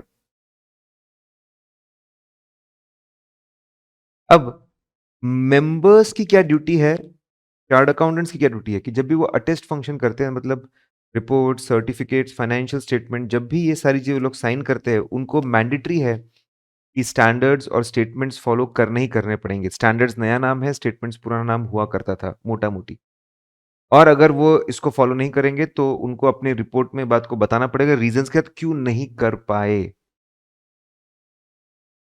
नाउ ये आईएएसबी क्या है, उनकी क्या जिम्मेदारियां है, तो उसके पहले IFAC international federation of accountant है, 1977 में बना। उसका काम यह है कि पूरे दुनिया में अकाउंटिंग और ऑडिटिंग को एक लेवल पे लाना, हार्मोनाइज करना। इसलिए उन्होंने क्या किया, आईएफआरएस बनाया ताकि पूरी दुनिया आईएफआरएस के इर्द गिर्द चले, एक जैसी अकाउंटिंग हो। ऑडिटिंग के लिए उन्होंने इंटरनेशनल स्टैंडर्ड्स एंड ऑडिटिंग बनाए ताकि पूरी दुनिया भर में इसी के जैसे स्टैंडर्ड्स हो, एक जैसे ऑडिट चलते रहे। ये इंस्टीट्यूट का फाउंडर मेंबर है, इसलिए उसकी जिम्मेदारी है कि इन सबको वो फॉलो करे। अब इन्होंने एक international auditing and assurance standard board, एक बोर्ड क्रिएट किया। ये बोर्ड का काम है कि हाई क्वालिटी, बहुत सोच समझकर अच्छे ऑडिटिंग स्टैंडर्ड्स को बनाना जो सोसाइटी के लिए अच्छे हो, पब्लिक इंटरेस्ट में हो। और ये इंडिपेंडेंटली बिना किसी दबाव में वो लोग काम करते हैं। इनका काम क्या है, इनका काम है हाई क्वालिटी स्टैंडर्ड्स और ऑडिटिंग और गाइडेंस नोट्स को खड़ा करना, ऐसे जो सबके लिए, जो सब जिसको पसंद करते हो, सबसे बड़ा गवर्नमेंट, उससे जुड़ा रेगुलेटर्स, बैंकिंग रेगुलेटर, उससे जुड़ा सिक्योरिटीज रेगुलेटर जैसे SEBI, investors, auditors, stakeholders, सबको ध्यान में रख के बढ़िया क्वालिटी के स्टैंडर्ड्स बनाओ। बस आपको वो नाम रिकलेक्ट करने हैं। जैसे सबसे पहले हमारा एसक्यूसी है, तो स्टैंडर्ड्स ऑन क्वालिटी कंट्रोल बनाओ। फिर एसएज है, फिर ऐसे स्टैंडर्ड्स बनाओ जो ऑडिट करने के ये पढ़कर हम लोग जो ऑडिट करने के, ऑडिट ऑफ फाइनेंशियल स्टेटमेंट के लिए काम है। फिर एसआरई और ऐसे ही है, ऐसे स्टैंडर्ड्स बनाओ जो ऑडिट के अलावा बाकी असाइनमेंट्स होते हैं, रिव्यू असाइनमेंट्स या अश्योरेंस एंगेजमेंट, वो अच्छे से कर सके। इसके अलावा रेगुलर बेस पे और प्रोफेशनल प्रोनाउंसमेंट्स करते रहे, ताकि जैसे इम्प्लीमेंटेशन गाइड, हैंडबुक, ताकि लोग समझ सके और इम्प्लीमेंट कर सके। तो बेसिकली मोटा मोटी आपको ब्रॉड गाइडलाइंस आपको ये कि भाई चीजें बढ़िया क्वालिटी के स्टैंडर्ड्स बनाओ और उसको इम्प्लीमेंट कैसे करो, इसको लेकर गाइडेंस चलता रहता है उनका। अब एएसबी क्या है, उनकी छोटी सी हिस्ट्री है। 1982 में ऑडिटिंग प्रैक्टिस कमेटी थी और वो लोग बने थे सैप, स्टेटमेंट ऑडिटिंग प्रैक्टिसेस। 2002 में उस कमेटी का नाम एएएसबी हो गया और स्टैंडर्ड्स का नाम हो गया auditing and assurance standard board. 2007 में उनका नाम हो गया एंगेजमेंट क्वालिटी स्टैंडर्ड्स। तो नाम बदलते रहे, इंटरनेशनल चीजों को ध्यान में रख के नाम को बदला गया। आज वही नाम चल रहा है। इनका काम क्या है, ये देखना कि इंडिया के बाहर किस तरह की प्रैक्टिस चल रही है, क्या नए नए ट्रेंड्स है, उसके हिसाब से देखना कि कौन से स्टैंडर्ड्स और गाइडेंस नोट्स को हमको रिवाइज करने की जरूरत है, कहाँ पे नया लाने की जरूरत है, और फिर वो तय करने के बाद बढ़िया नए स्टैंडर्ड्स और रिविजन्स को डेवलप करना। ठीक है, कौन सी चीजें ये लोग बनाते और रिवाइज करते हैं, engagement standards on quality control, guidance note, general clarification, TPSO, technical guides, practice manuals and other studies and other papers, ये हेल्प करते हैं चीजों को इंप्लीमेंट करने के लिए, प्रैक्टिस करने के लिए, टीपीएसओ। फिर एसए 200 ओवरऑल ऑब्जेक्टिव क्या है, अल्टीमेट ओवरऑल ऑब्जेक्टिव। ठीक है, ध्यान दीजिए, बहुत सिंपल है। अथॉरिटीज ने बताया है कि अकाउंटिंग कैसे होनी चाहिए, फाइनेंशियल स्टेटमेंट्स कैसे बनने चाहिए। इसको हम कलेक्टिवली बोलते हैं applicable financial reporting framework. Framework कई प्रकार के हो सकते हैं। देश के अंदर इंडस्ट्री टू इंडस्ट्री फ्रेमवर्क बदलते हैं, कुछ प्राइवेट होते हैं, कोई गवर्नमेंट बनाता है, कई प्रकार के फ्रेमवर्क होते हैं। हमारी जो कंपनी है फाइनेंशियल स्टेटमेंट बनाने के लिए जो फ्रेमवर्क यूज करे उसको बोलते हैं एप्लीकेबल फ्रेमवर्क। ठीक है, अब हमको फ्रेमवर्क का मतलब पता है और जो हमारी कंपनी फॉलो कर रही है उसको एप्लीकेबल फ्रेमवर्क बोलते हैं। ऑब्जेक्टिव क्या है, हमारा अल्टीमेट ऑब्जेक्टिव है ये ओपिनियन देना कि क्या कंपनी के फाइनेंशियल स्टेटमेंट सही में एप्लीकेबल फाइनेंशियल रिपोर्टिंग फ्रेमवर्क के प्रिंसिपल्स और उसके फॉर्मेट के हिसाब से बने हैं क्या? सोसाइटी ये जानना चाहती है कि फाइनेंशियल स्टेटमेंट्स जो फ्रेमवर्क है, बेसिक प्रिंसिपल्स और फॉर्मेट है, उसके हिसाब से बराबर बने हैं क्या? और अगर फाइनेंशियल रिपोर्टिंग फ्रेमवर्क 2 तरह का होता है, फेयर प्रेजेंटेशन फ्रेमवर्क और कंप्लायंस फ्रेमवर्क। ऐसे 700 में इसको डिटेल में डिस्कस किया जाता है। अभी मोटा-मोटी जो फ्रेमवर्क ऐसा बोले कि भाई understanding of the user is the most important, उसके लिए जो करना है करो, उसको बोलते हैं फेयर प्रेजेंटेशन फ्रेमवर्क। जो बोलता है कि नहीं ऐसा मतलब ऐसा, जितना बोला उतना करो बाकी छोड़ दो, उसको बोलते हैं कंप्लायंस फ्रेमवर्क। अगर फेयर प्रेजेंटेशन फ्रेमवर्क है तो ऑडिटर की जिम्मेदारी और बढ़ जाती है कि सब कुछ बनने के बाद कोना कोना ओवरऑल सब बराबर देखे कि प्रॉपर अंडरस्टैंडिंग लोगों को मिल रही है ना, whether they are giving true and fair view. तो अल्टीमेट ऑब्जेक्टिव क्या है? नंबर वन, क्या एप्लीकेबल फ्रेमवर्क के हिसाब से चीजें बनी क्या, और अगर फेयर प्रेजेंटेशन है तो एक कदम आगे जाके बताना कि weather financial statements give true and fair view. इसके लिए इसके लिए ऑडिटर को रीजनेबल लेवल ऑफ अश्योरेंस, खुद पहले कॉन्फिडेंस महसूस करना पड़ेगा, कॉन्फिडेंस ऑब्टेन करना पड़ेगा कि क्या जितने भी मटेरियल आइटम्स है they are free from misstatements. अगर मुझे ओवरऑल ऑब्जेक्टिव देना है तो उसके लिए मुझे मटेरियल आइटम्स की चेकिंग करके पता करना पड़ेगा are they free from misstatements. और मिसस्टेटमेंट हम दोनों तरफ के ध्यान देते हैं, इंटेंशनल अनइंटेंशनल फ्रॉड और एरर दोनों। ये पता लगाने के बाद में हम रिपोर्ट बनाते हैं और उसमें ओपिनियन बनाकर हम लोग देते हैं। तो ओवरऑल ऑब्जेक्टिव के 4 पॉइंट्स है और चारों एक में से लॉजिकली कनेक्टेड है, एक सीक्वेंस में कनेक्टेड है। लेकिन कंपनी ने बिजनेस डिसीजंस अच्छे लिए ना, एफिशिएंट है ना अपने काम करने में, इफेक्टिव है ना, प्रॉपर है ना, फ्यूचर वाइबिलिटी ना, ये सब पे कमेंट करना हमारा काम नहीं है। ये कागज के जो 20-25 टुकड़े हैं वो बराबर है ना, बस इतना बताना हमारा काम है। ऑडिट करने जाएंगे अगर आप, तो ऑडिट के अंदर के हम लोग सिर्फ रीजनेबल लेवल ऑफ अश्योरेंस देते हैं, high level of assurance. Absolute assurance क्यों नहीं देते? क्योंकि ऑडिट के खुद के अपने प्रॉब्लम है, इनहेरेंट लिमिटेशंस है। क्या है ये इनहेरेंट लिमिटेशंस? ऐसा है कि ऑडिट के अपने प्रॉब्लम्स, हम रिस्क को जीरो नहीं कर सकते, सिर्फ उसको रिड्यूस कर सकते हैं। ठीक है, बिकॉज ऑफ इनहेरेंट लिमिटेशन, अंदरूनी प्रॉब्लम। क्या है ये प्रॉब्लम? सबसे बड़ा है कि हम परसुएसिव एविडेंस, हम लोग कन्विंसिंग एविडेंस के ऊपर भरोसा करते हैं। परसुएसिव, परसुएसिव मतलब high quality evidence, reliable evidence, convincing evidence, लेकिन उसमें 100% श्योरिटी नहीं होती। 100% श्योरिटी जिसमें होती है उसको कॉन्क्लूसिव एविडेंस। क्योंकि हम ऑडिट में अलग अलग प्रॉब्लम की वजह से हम लोग मेजोरिटी एविडेंस हमारा परसुएसिव होता है, थोड़ा सा कॉन्क्लूसिव होता है, इसीलिए हम 100% अश्योरेंस नहीं दे सकते। ये प्रॉब्लम है, इनहेरेंट लिमिटेशन। सबसे बड़ा प्रॉब्लम है ये कि हम सिर्फ परसुएसिव एविडेंस पे ज्यादा जोर करते, कॉन्क्लूसिव एविडेंस पे नहीं आते। इसके अलावा अब और जो है मुद्दे, nature of financial reporting, basic accounts में प्रॉब्लम है, फाइनेंशियल स्टेटमेंट प्रॉब्लम है। फाइनेंशियल स्टेटमेंट्स की accounting FRA financial reporting framework के हिसाब से बनता है, वहां प्रॉब्लम है। डीआरएस का डिग्री ऑफ अनसर्टेनिटी, बहुत सारे जजमेंट हम लोग बनाते हैं, एस्टिमेट्स में सब में अनसर्टेनिटी, हो सकता है ऐसा हो, ऐसा हो सकता है ऐसा नहीं हो, बहुत फर्क भी हो सकता है। डिग्री ऑफ अनसर्टेनिटी है हर अमाउंट में, प्रॉब्लम है। फिर रेंज ऑफ इंटरप्रिटेशन है, अलग अलग मेथड्स दी हुई, अलग अलग प्रिंसिपल्स दिए, ऐसा भी हो सकता है वैसा भी हो सकता है, उस चक्कर में गलती हो जाती है। Subjectivity, changes from person to person. तो प्रॉब्लम है यार, फाइनेंशियल स्टेटमेंट में डीआरएस का प्रॉब्लम है, इस वजह से ऑडिट करना मुश्किल हो जाता है। फिर नेचर ऑफ ऑडिट प्रोसीजर में प्रॉब्लम है। ठीक है, कुछ लिमिटेशंस है। सबसे पहले मैनेजमेंट पे हम बहुत ज्यादा भरोसा करते हैं। मैनेजमेंट जितनी भी बातें हमको शुरुआत से लेकर आखिर तक देता है, जितने भी इंटरनल कंट्रोल्स के बारे में बताता है, इन सब पे हम लोग भरोसा दिखाते हैं। इंटेंशनली अनइंटेंशनली वो हमको बेवकूफ बना सकते हैं। That's a problem with the audit. ठीक है। फिर ऑडिटर, मैनेजमेंट रिलेटेड एक पॉइंट था, फिर ऑडिटर रिलेटेड पॉइंट है। हमको डॉक्यूमेंट्स असली है क्या, ऑथेंटिक है क्या? हमको फॉरेंसिक ट्रेनिंग नहीं मिलती, not expected, not trend in forensic items. Authentication हम चेक नहीं कर पाते। हमारे पास रेड मारने का पावर और पावर्स भी नहीं है, इन्वेस्टिगेशन करने का, रेड मारने का पावर नहीं है। हम लोग अक्कड़ बक्कड़ बम्बे बो खेलते, सैम्पलिंग करते। तो मैनेजमेंट पे बहुत ज्यादा डिपेंडेंट है, वो प्रॉब्लम है। हमको ना ट्रेनिंग है वैसी, ना हमारे पास वैसे पावर्स है, ना वैसा चीजें है, सैम्पलिंग करते। फिर टाइम और कॉस्ट का प्रॉब्लम, यूजर को जल्द से जल्द चाहिए चीजें, डिले से वैल्यू कम होती है। टाइम और कॉस्ट हमारे पास लिमिटेड है। इसका मतलब क्या, जितनी भी चीजें बहुत समय लेती हूँ सबको छोड़ दो, ऐसा नहीं है। जब भी डिफिकल्टी, टाइम और कॉस्ट का प्रॉब्लम है डीटीसी को, आपको देखना चाहिए ऑल्टरनेटिव ऑडिट प्रोसीजर आपको एक अच्छे क्वालिटी का परसुएसिव एविडेंस दे सकती है क्या। इफ आंसर इज यस, तो आप ऑल्टरनेटिव ऑडिट प्रोसीजर इसको डंप कर दीजिए, ऑल्टरनेटिव लगा लीजिए। इफ आंसर इज नो, तो आप इसको अवॉइड नहीं कर सकते। डिफिकल्ट, टाइम, कॉस्ट हो तो भी आपको इसको परफॉर्म करना पड़ेगा। फिर हम बात करते हैं पोटेंशियल, ये इनहेरेंट लिमिटेशंस की वजह से कुछ एरिया में ऑडिट करना बहुत मुश्किल हो गया, it is become further difficult पहले से। फिरंगी एरियाज 4 है ये। एफ स्टैंड फॉर फ्रॉड, ऐसे फ्रॉड जहां पे सीनियर मैनेजमेंट इन्वॉल्व है या कोल्यूजन इन्वॉल्व है, कोल्यूजन लोग आपस में मिल चुके हैं। यार एक तो पहली ऑडिट में प्रॉब्लम था, फ्रॉड पकड़ना और भी मुश्किल हो गया। एफ रिलेटेड पार्टी ट्रांजैक्शंस, सही में सारी रिलेटेड पार्टीज आइडेंटिफाइड है ना, ट्रांजैक्शन कंप्लीटनेस में प्रॉब्लम है, ठीक है, चीजें सही में कवर्ड है ना, ये उसमें दिक्कत है, चीजें जेन्युइन है ना, रियल है ना, उसमें दिक्कत हो जाती है। रिलेटेड पार्टी ट्रांजैक्शन को चेक करना और भी मुश्किल हो जाता है। नॉन कंप्लायंस ऑफ लॉ, इतने सारे लॉज है, उसको उसका नॉन कंप्लायंस पकड़ना और मुश्किल हो जाता है। गोइंग कंसर्न बराबर है कि नहीं, इसमें बहुत समय लगता है, उसको चेक करना बहुत मुश्किल हो जाता है। इसलिए हमारे पास में ये 4 एरिया में दिक्कतें और बढ़ जाती है, इसलिए हमारे पास स्पेसिफिक स्टैंडर्ड्स है। ठीक है, वी हैव 240, 250, 550, 570। ठीक है, सब्सिक्वेंटली ऑडिट करने के बाद कभी अगर गलती मिलती है तो क्या ऑडिटर जिम्मेदार है? ऑडिट फेल हो गया मतलब उसको पनिश करना चाहिए।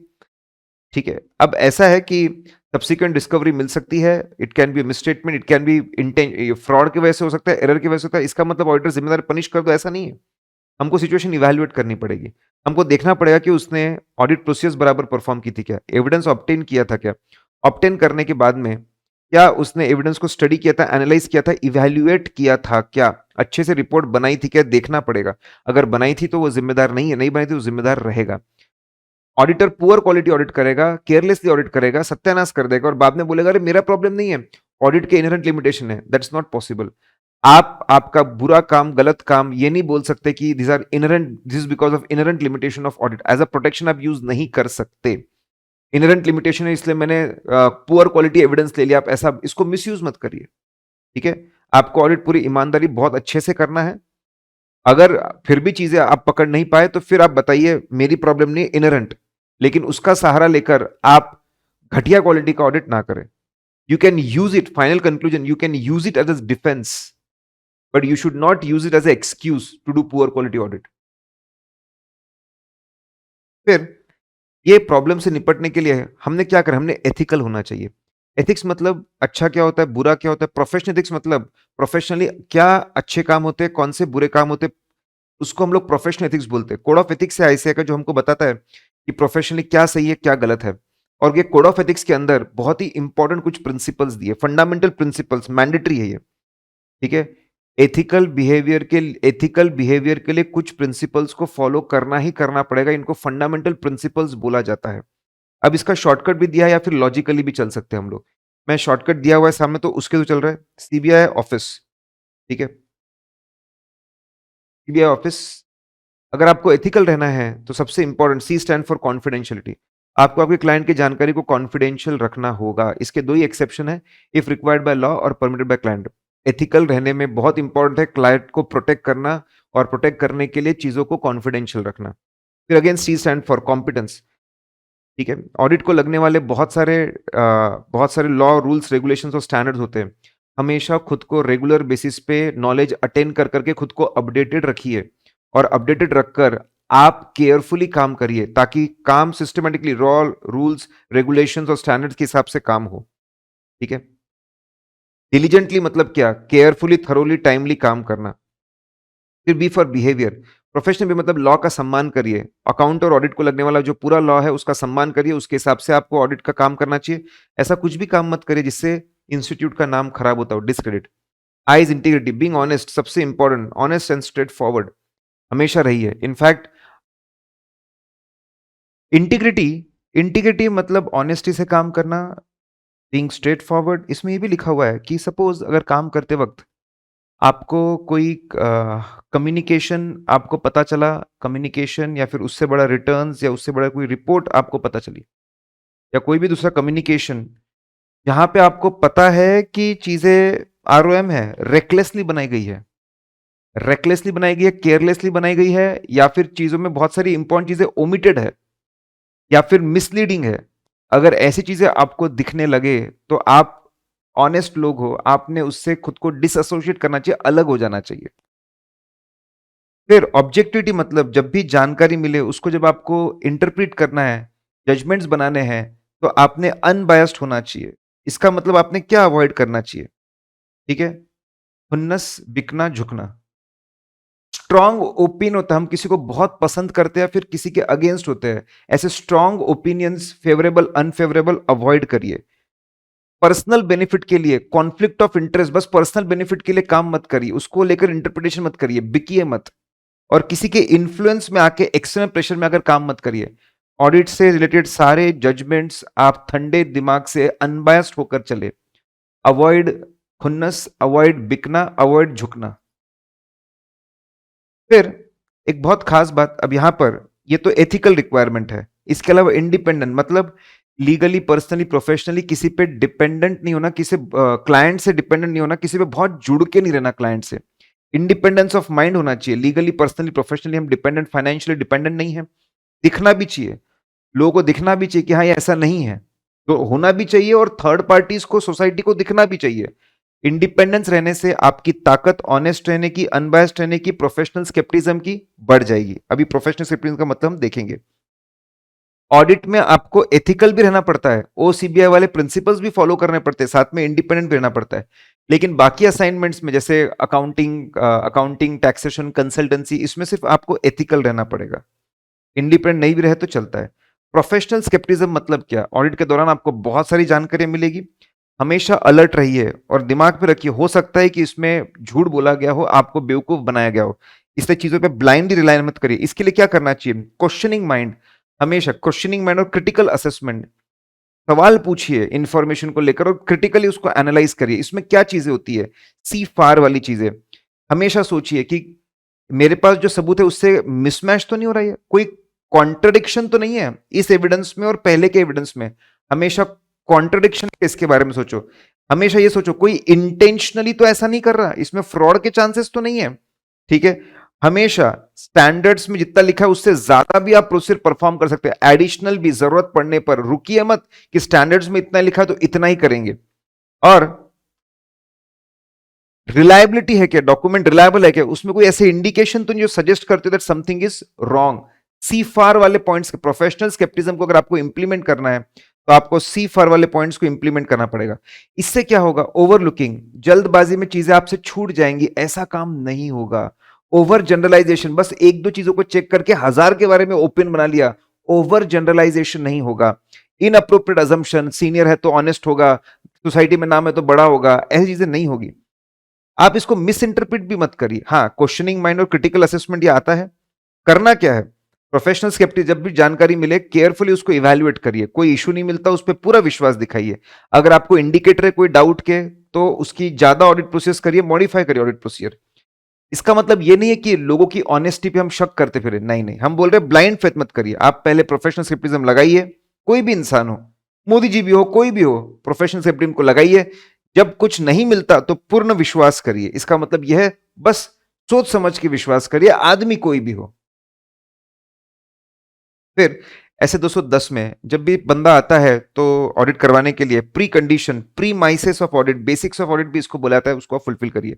देखिए है क्या बराबर। पहला, मैनेजमेंट क्या तू अग्रीमेंट में मुझे लिख कर देने के लिए तैयार है? फाइनेंशियल स्टेटमेंट बनाना तेरी जिम्मेदारी है, इट इज योर रिस्पॉन्सिबिलिटी। उसके लिए जो इंटरनल कंट्रोल सिस्टम लगता है वो भी तू बनाएगा, और सब बनाने के बाद में सारी इंफॉर्मेशन मेरे साथ में शेयर करेगा। तूने जितने भी वर्किंग नोट बनाए सब मेरे को देगा। इसके अलावा मैं तेरे को कुछ भी मांगूंगा वो भी तू मुझे बना कर देगा, और मैं ये इंफॉर्मेशन से रिलेटेड, ऑडिट से रिलेटेड जिससे चाहे जो चाहिए एम्प्लॉय से बातचीत कर सकता हूँ, पूछताछ कर सकता हूँ। अग्रीमेंट में ये बातें लिख कर देगा क्या? ठीक है। और दूसरा, तू जो फाइनेंशियल रिपोर्टिंग फ्रेमवर्क यूज कर रहा है, ठीक है, वो एक्सेप्टेबल क्वालिटी का होना चाहिए। It should be of acceptable quality, अच्छा होना चाहिए। जनरली इंडिया में शेड्यूल 3 AS है जो अच्छा ही होता है। अगर प्री कंडीशन में से एक भी कंडीशन फुलफिल नहीं होती है तो असाइनमेंट को एक्सेप्ट मत करिए, unless it is required by law. अगर गवर्नमेंट ऑडिट वगैरह ऐसा कुछ है और उसमें अगर मैंडेटरी है तो। फिर इसके बाद limitation on scope prior to engagement, ये जब बातें चलती रहती है उससे पूछताछ करते थे, उस दौरान क्या बंदा कोई हमारे ऊपर रिस्ट्रिक्शन डाल रहा है क्या? क्या कोई ऐसी रिस्ट्रिक्शन डाल रहा है कि मुझे आगे जाके डिस्क्लेमर देना पड़े? अगर ऐसी रिस्ट्रिक्शन डाला है आगे आगे डिस्क्लेमर देना पड़े, आज असाइनमेंट ही एक्सेप्ट मत करिए। जब भाई सामने फ्यूचर देख लिया मैंने, बर्बादी बर्बादी है, डोंट। ठीक है, बिल्कुल भी आप जाकर आप इसके अंदर ये असाइनमेंट एक्सेप्ट ना करें। एंगेजमेंट लेटर, एंगेजमेंट लेटर में इन जनरल क्या बातें होती है, किस तरह का असाइनमेंट है? क्या चेक करना है, क्या चेक करना है, क्या रिपोर्ट करना है और कितनी चीजें कवर्ड है, पूरा ग्रुप की पूरी कंपनी, कुछ ब्रांचेस, नेचर ऑफ असाइनमेंट समझाया जाता है, स्कोप समझाया जाता है, क्या जिम्मेदारी रहेगी दोनों पार्टीज की, मैनेजमेंट की और ऑडिटर की। जनरली ये बातें बनाई जाती है। इसकी 2 कॉपी होती है। ऑडिटर साइन करके दोनों क्लाइंट को भेजता है, क्लाइंट एक कॉपी खुद के पास रख लेता है साइन करके, एक ऑडिटर को भेजता है। मिसअंडरस्टैंडिंग कम होती है। ठीक है। मैंडेटरी ऑडिट के लिए तो इंपॉर्टेंट है, वॉलंटरी के लिए तो और भी इंपॉर्टेंट है, क्योंकि उस मैंडेटरी ऑडिट्स में तो ऑडिट से रिलेटेड लॉ रूल्स रेगुलेशंस कुछ होते हैं, वॉलंटरी में कुछ भी नहीं होते, तो इसका इंपॉर्टेंस और बढ़ जाता है। पार्टनरशिप्स इन सब में और बढ़ जाता है। करेक्ट। अभी ऐसे दो, ये तो इन जनरल बात बोली थी। 210 के अंदर क्या लिखा हुआ है कि एंगेजमेंट लेटर बनाना मैंडेटरी है, रिटर्न फॉर्म में होना चाहिए। इसमें इंपॉर्टेंट क्लॉजेस, 5 इंपॉर्टेंट क्लॉज होने चाहिए। पहले ऑब्जेक्टिव, क्या चेक करने आए हैं, क्या बताने वाले, क्या ओपिनियन देने वाले हैं, और स्कोप, पूरा ग्रुप, पूरी कंपनी या ब्रांच, या फिर कुछ ही फाइनेंशियल आइटम्स, स्कोप भी बताते हैं उसमें। फिर मैनेजमेंट की क्या जिम्मेदारी रहेगी और फाइनेंशियल स्टेटमेंट बनाते वक्त वो क्या फ्रेमवर्क फॉलो करेंगे। फिर ऑडिटर की क्या जिम्मेदारी रहेंगी और वो जो ऑडिट रिपोर्ट बनाएंगे उसका एक्सपेक्टेड फॉर्म और कंटेंट क्या रहेगा, इसके बारे में लिखा है। 5 बातें मैंडेटरी है। अगर लॉ रूल्स रेगुलेशन के अंदर ये 5 बातें ऑलरेडी दी है तो फिर अलग से कोई एंगेजमेंट लेटर हमको बनाने की जरूरत नहीं है। No need to make a separate engagement letter. सिर्फ एक लेटर जाएगा कि भैया हम लॉ पढ़ चुके हैं, रूल्स रेगुलेशन हम समझ चुके हैं, हमारी जिम्मेदारी हम समझ चुके हैं, आप भी साइन करके हमको बोल दिए कि आप भी इसको एक्सेप्ट करते हो ना। हाँ, लेकिन प्री कंडीशन वाले तो बातें आप हमको लिखकर कंफर्म कर दीजिए। एंगेजमेंट लेटर इन रिकरिंग ऑडिट्स। इन रिकरिंग ऑडिट, रिकरिंग ऑडिट मतलब वो ऑडिट जो हम लोग बार बार करते हैं उसको रिकरिंग ऑडिट हम लोग बोलते हैं। तो ऐसा है कि बिल्कुल भी मैंडेटरी नहीं है रिकरिंग ऑडिट में, इसको रिकरिंग ऑडिट में बार बार इसको बनाने की जरूरत नहीं है। लेकिन सरकमस्टांसेस देखकर देखना पड़ेगा कि इस बार वो फिर से बनाना चाहिए क्या। जनरली हम लोग लेटर लिखते हैं कि जो पुराना लेटर था 1 साल पहले का, 2 साल पहले का, 3 साल पहले का, टर्म्स एंड कंडीशंस वैसी ही रहेगी। लेकिन नया बनाना क्या, रिवाइज करना क्या, पहले एक्सटर्नल चेंजेस पे ध्यान दो। अगर लॉ रूल्स रेगुलेशन बन गए, बदल गए, जो अकाउंटिंग और ऑडिटिंग को लगते हैं, फाइनेंशियल रिपोर्टिंग फ्रेमवर्क बदल गया, मैनेजमेंट की साइड में चेंजेस है, ओनरशिप बदल गई, उसके नीचे सीनियर मैनेजमेंट बदल गया, वो जो धंधा कर रहे हैं वो बदल गया, मिसअंडरस्टैंडिंग है उनके मन में, हमसे अलग अलग रिपोर्ट मांग रहे हैं जो हमारी जिम्मेदारी में नहीं आता है, ऑडिटर की तरफ से काम करने का तरीका बहुत बदल गया, मैनुअल से ऑटोमेट में शिफ्ट हो गए, रिपोर्टिंग रिक्वायरमेंट बदल गई है।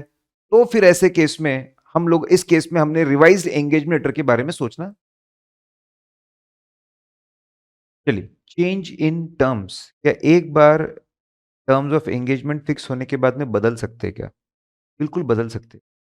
जनरली क्यों बदलते हैं? जनरली मैनेजमेंट की तरफ से। मैनेजमेंट की ज़रूरतें बदल जाती है, नए बिजनेस आ गए, नए ब्रांचेस आ गए, नए लोकेशंस आ गए, और हमसे ज़्यादा चीज़ें एक्सपेक्ट करना चाहते हैं, ज़्यादा सर्टिफिकेट्स वो चाहते हैं, इसलिए हो सकता है। मिसअंडरस्टैंडिंग हो गई उनके मन में, सीएमआर के लिए हो सकता है, या फिर वो हमारे ऊपर कुछ रिस्ट्रिक्शन डालना चाहते हैं, ये विजिट मत करो, इससे बात मत करो, उससे बात मत करो। जब भी ऐसा हो कि चेंज टर्म्स बदलना चाहते हैं, आप उसको समझिए कि क्या है चेंजेस। भाई, आप हमारा टाइम कम करना चाहते हो, फीस कम करना चाहते हो, कुछ ब्रांचेस निकाल देना चाहते हो, इज इट जस्टिफाइड? अगर जस्टिफाइड है, हो सकता है जस्टिफाइड हो क्योंकि कंपनी का बिजनेस कम हो गया है, डीमर्जर हो चुका है। जस्टिफाइड है तो बस आप राइटिंग में न्यू टर्म्स को राइटिंग में लिख लीजिए और रिवाइज्ड एंगेजमेंट लेटर के हिसाब से काम करिए। अगर जस्टिफाइड नहीं है तो आप बोलिए कि नहीं, जो पुराना एंगेजमेंट लेटर उसके हिसाब से काम होगा। आप नहीं मान रहे हो, बुरी बात है बहुत ही। नहीं मान रहे हो, ठीक है, विड्रॉ करिए फ्रॉम द असाइनमेंट। और जितने भी लोगों को कम्युनिकेट करना, जब हम रिजाइन करते हैं तो हमारी प्रोफेशनल जिम्मेदारी बनती है, तभी बोर्ड ऑफ डायरेक्टर्स को, आरओसी को, सीएजी को, सबको इन्फॉर्म रखे, उसको आप इन्फॉर्म कर दीजिए डायरेक्ट, दैट्स इट। फिर कभी कभी ऑडिटर हमारे पास में आता है, कभी कभी क्लाइंट हमारे पास में आता है, ऑडिटर को अपॉइंट करिए था ऑडिट करने के लिए। इससे पहले कि वो अपना असाइनमेंट पूरा करे, कंप्लीट करे, वो बोलता है lower level of assurance, audit से रिव्यू पे शिफ्ट हो जाओ, audit is high level of assurance, reasonable से मॉडरेट पे शिफ्ट हो जाओ, या फिर बोलते हैं कि आप रिव्यू से अग्रीड अपॉन प्रोसीजर मतलब नो अश्योरेंस पे शिफ्ट हो जाओ। अगर रीजनेबल जस्टिफिकेशन है, समय कम है, सिचुएशन वैसी है, और आप तो ठीक है। अगर आपको ऐसा लगता है कि जस्टिफाइड है और मैं नया काम अच्छे से करके मैं रिपोर्ट दे पाऊंगा, तो ठीक है, अच्छी बात है, आप नया असाइनमेंट आप ले लीजिए, रिवाइज टर्म ऑफ एंगेजमेंट आप नया असाइनमेंट कर लीजिए। अब पहले का काम हो सकता है आपको यूज आ जाए, आप रिलेवेंट हो, काम का हो, यूज भी आ जाए। जब आप रिपोर्ट दो, फाइनल रिपोर्ट, नए एंगेजमेंट, नए असाइनमेंट में, तो जनरली आप रेफर मत करिए पुराने इसको, कंफ्यूजन क्रिएट होगा लोगों के मन में। पुराने असाइनमेंट, उसके अंदर क्या प्रोसीजर आपने परफॉर्म करते हो, उसको आप रेफर मत करिए। लेकिन अगर अग्रीड अपॉन प्रोसीजर वाला काम है, अग्रीड अपॉन प्रोसीजर मतलब लिमिटेड, 3 से 4 5 6 स्टेप जितनी हमारे बीच में अग्री उतना करना, वहां पे क्या असाइनमेंट का नेचर ही ऐसा है कि उसकी रिपोर्ट में बताना पड़ता है क्या क्या स्टेप्स परफॉर्म की गई। तो शायद वहां हमको बताना पड़े कि ओरिजिनल एंगेजमेंट में हमने ये स्टेप परफॉर्म की थी, और फिर नए एंगेजमेंट में हमने इतनी स्टेप्स परफॉर्म की थी। ऐसे 220 क्वालिटी, क्वालिटी मतलब क्या, ऑडिट क्वालिटी मतलब क्या, जब असाइनमेंट का पूरा काम, work of the assignment is as per legal requirement, regulatory requirement and professional standards, पूरा काम सिस्टमेटिकली हो रहा है एलआर, आरआर और पीएस के हिसाब से, और आखिरी में जो रिपोर्ट बन रही है लाजवाब रिपोर्ट बन रही है, बहुत ही रिलायबल अच्छी क्वालिटी की रिपोर्ट बन रही है, तो इसको हम बोलते हैं क्वालिटी। अब एसक्यूसी 1 है जो हमको फर्म लेवल क्वालिटी कंट्रोल्स, मतलब फर्म लेवल पे ऐसे क्या सिस्टम्स होने चाहिए, ऐसे क्या प्रिंसिपल्स और पॉलिसीज होनी चाहिए, ताकि फर्म में होने वाले जितने भी अश्योरेंस एंगेजमेंट्स है और रिलेटेड असाइनमेंट है, उन सब की क्वालिटी मेंटेन हो। और ऐसे 220 for engagement level quality control, ऐसा ऐसा कैसे हम लोग फर्म लेवल पे जो सिस्टम्स, रूल्स, रेगुलेशन, पॉलिसीज बनी है, उसको हम कैसे इंप्लीमेंट कर सकते हैं असाइनमेंट लेवल पे, how we can do implement while doing audit of historical, उसका इंप्लीमेंटेशन कैसे करें, उसके लिए engagement level quality control standards है। ऑब्जेक्टिव क्या है कि क्वालिटी ऑडिट हो, ऑडिट का जो परफॉर्मेंस हो वो अच्छे क्वालिटी का हो, ठीक है, ताकि जो पूरा काम है, ऑब्जेक्टिव यही है, ताकि पूरा काम systematically as per legal requirement, उससे छोटे रेगुलेटरी रिक्वायरमेंट और प्रोफेशनल स्टैंडर्ड्स के हिसाब से हो, ताकि रिपोर्ट्स रिलायबल बने। अगर ऑडिट की क्वालिटी को मेंटेन करना है तो आपको 6 एलिमेंट्स पे ध्यान देना पड़ता है। एसक्यूसी 1 भी यही बोलता है और ऐसे 220 बोलता है कि आपको 6 एलिमेंट्स पे ध्यान देना होगा। कौन से है ये 6 एलिमेंट्स? सबसे पहले लीडर, लीडर को जिम्मेदारी उठानी पड़ेगी क्वालिटी मेंटेन करने की, और सबको एनकरेज करना पड़ेगा, इंस्पायर करना पड़ेगा क्वालिटी मेंटेन करने के लिए। फिर ह्यूमन, सिर्फ अकेले लीडर से बात नहीं चलेगी, अच्छे sufficient number of good quality हमारे पास में टीम भी होनी चाहिए, ह्यूमन रिसोर्स होना चाहिए। ये लोग एथिकल होने चाहिए, they should be ethical, ethical principles को फॉलो करने वाले लोग होने चाहिए, एथिकल इंडिपेंडेंट। इन्होंने सोच समझ के असाइनमेंट्स एक्सेप्ट करने चाहिए, अच्छे लोगों के, अच्छे क्लाइंट के असाइनमेंट लेने चाहिए, ताकि आप अच्छा क्वालिटी ऑडिट करके आगे बढ़ सको। फिर एक्सेप्ट करने के बाद एंगेजमेंट परफॉर्मेंस अच्छा होना चाहिए, कि भाई सिस्टमेटिकली काम होना चाहिए, और काम खत्म होने के बाद में मॉनिटरिंग होनी चाहिए। असाइनमेंट्स खत्म हो गए, उनका इंस्पेक्शन होना चाहिए, और ओवरऑल फॉर्म कैसी चल रही है, क्वालिटी काम हो रहा है ना, उसका मॉनिटरिंग होना चाहिए। तो इंस्पेक्शन एंड मॉनिटरिंग मैं बोलूंगा, उन्होंने सिर्फ मॉनिटरिंग पे जोर दिया है। तो 6 चीजें होनी चाहिए, पहले लीडर, फिर अच्छी टीम, ये लोग एथिकल, सोच समझ के काम लेने के बाद अच्छे से परफॉर्म करे, और मॉनिटरिंग हो। अब लीडर से लेकर बात, सबसे पहले लीडर कौन होता है? Engagement partner. एंगेजमेंट पार्टनर मतलब कौन?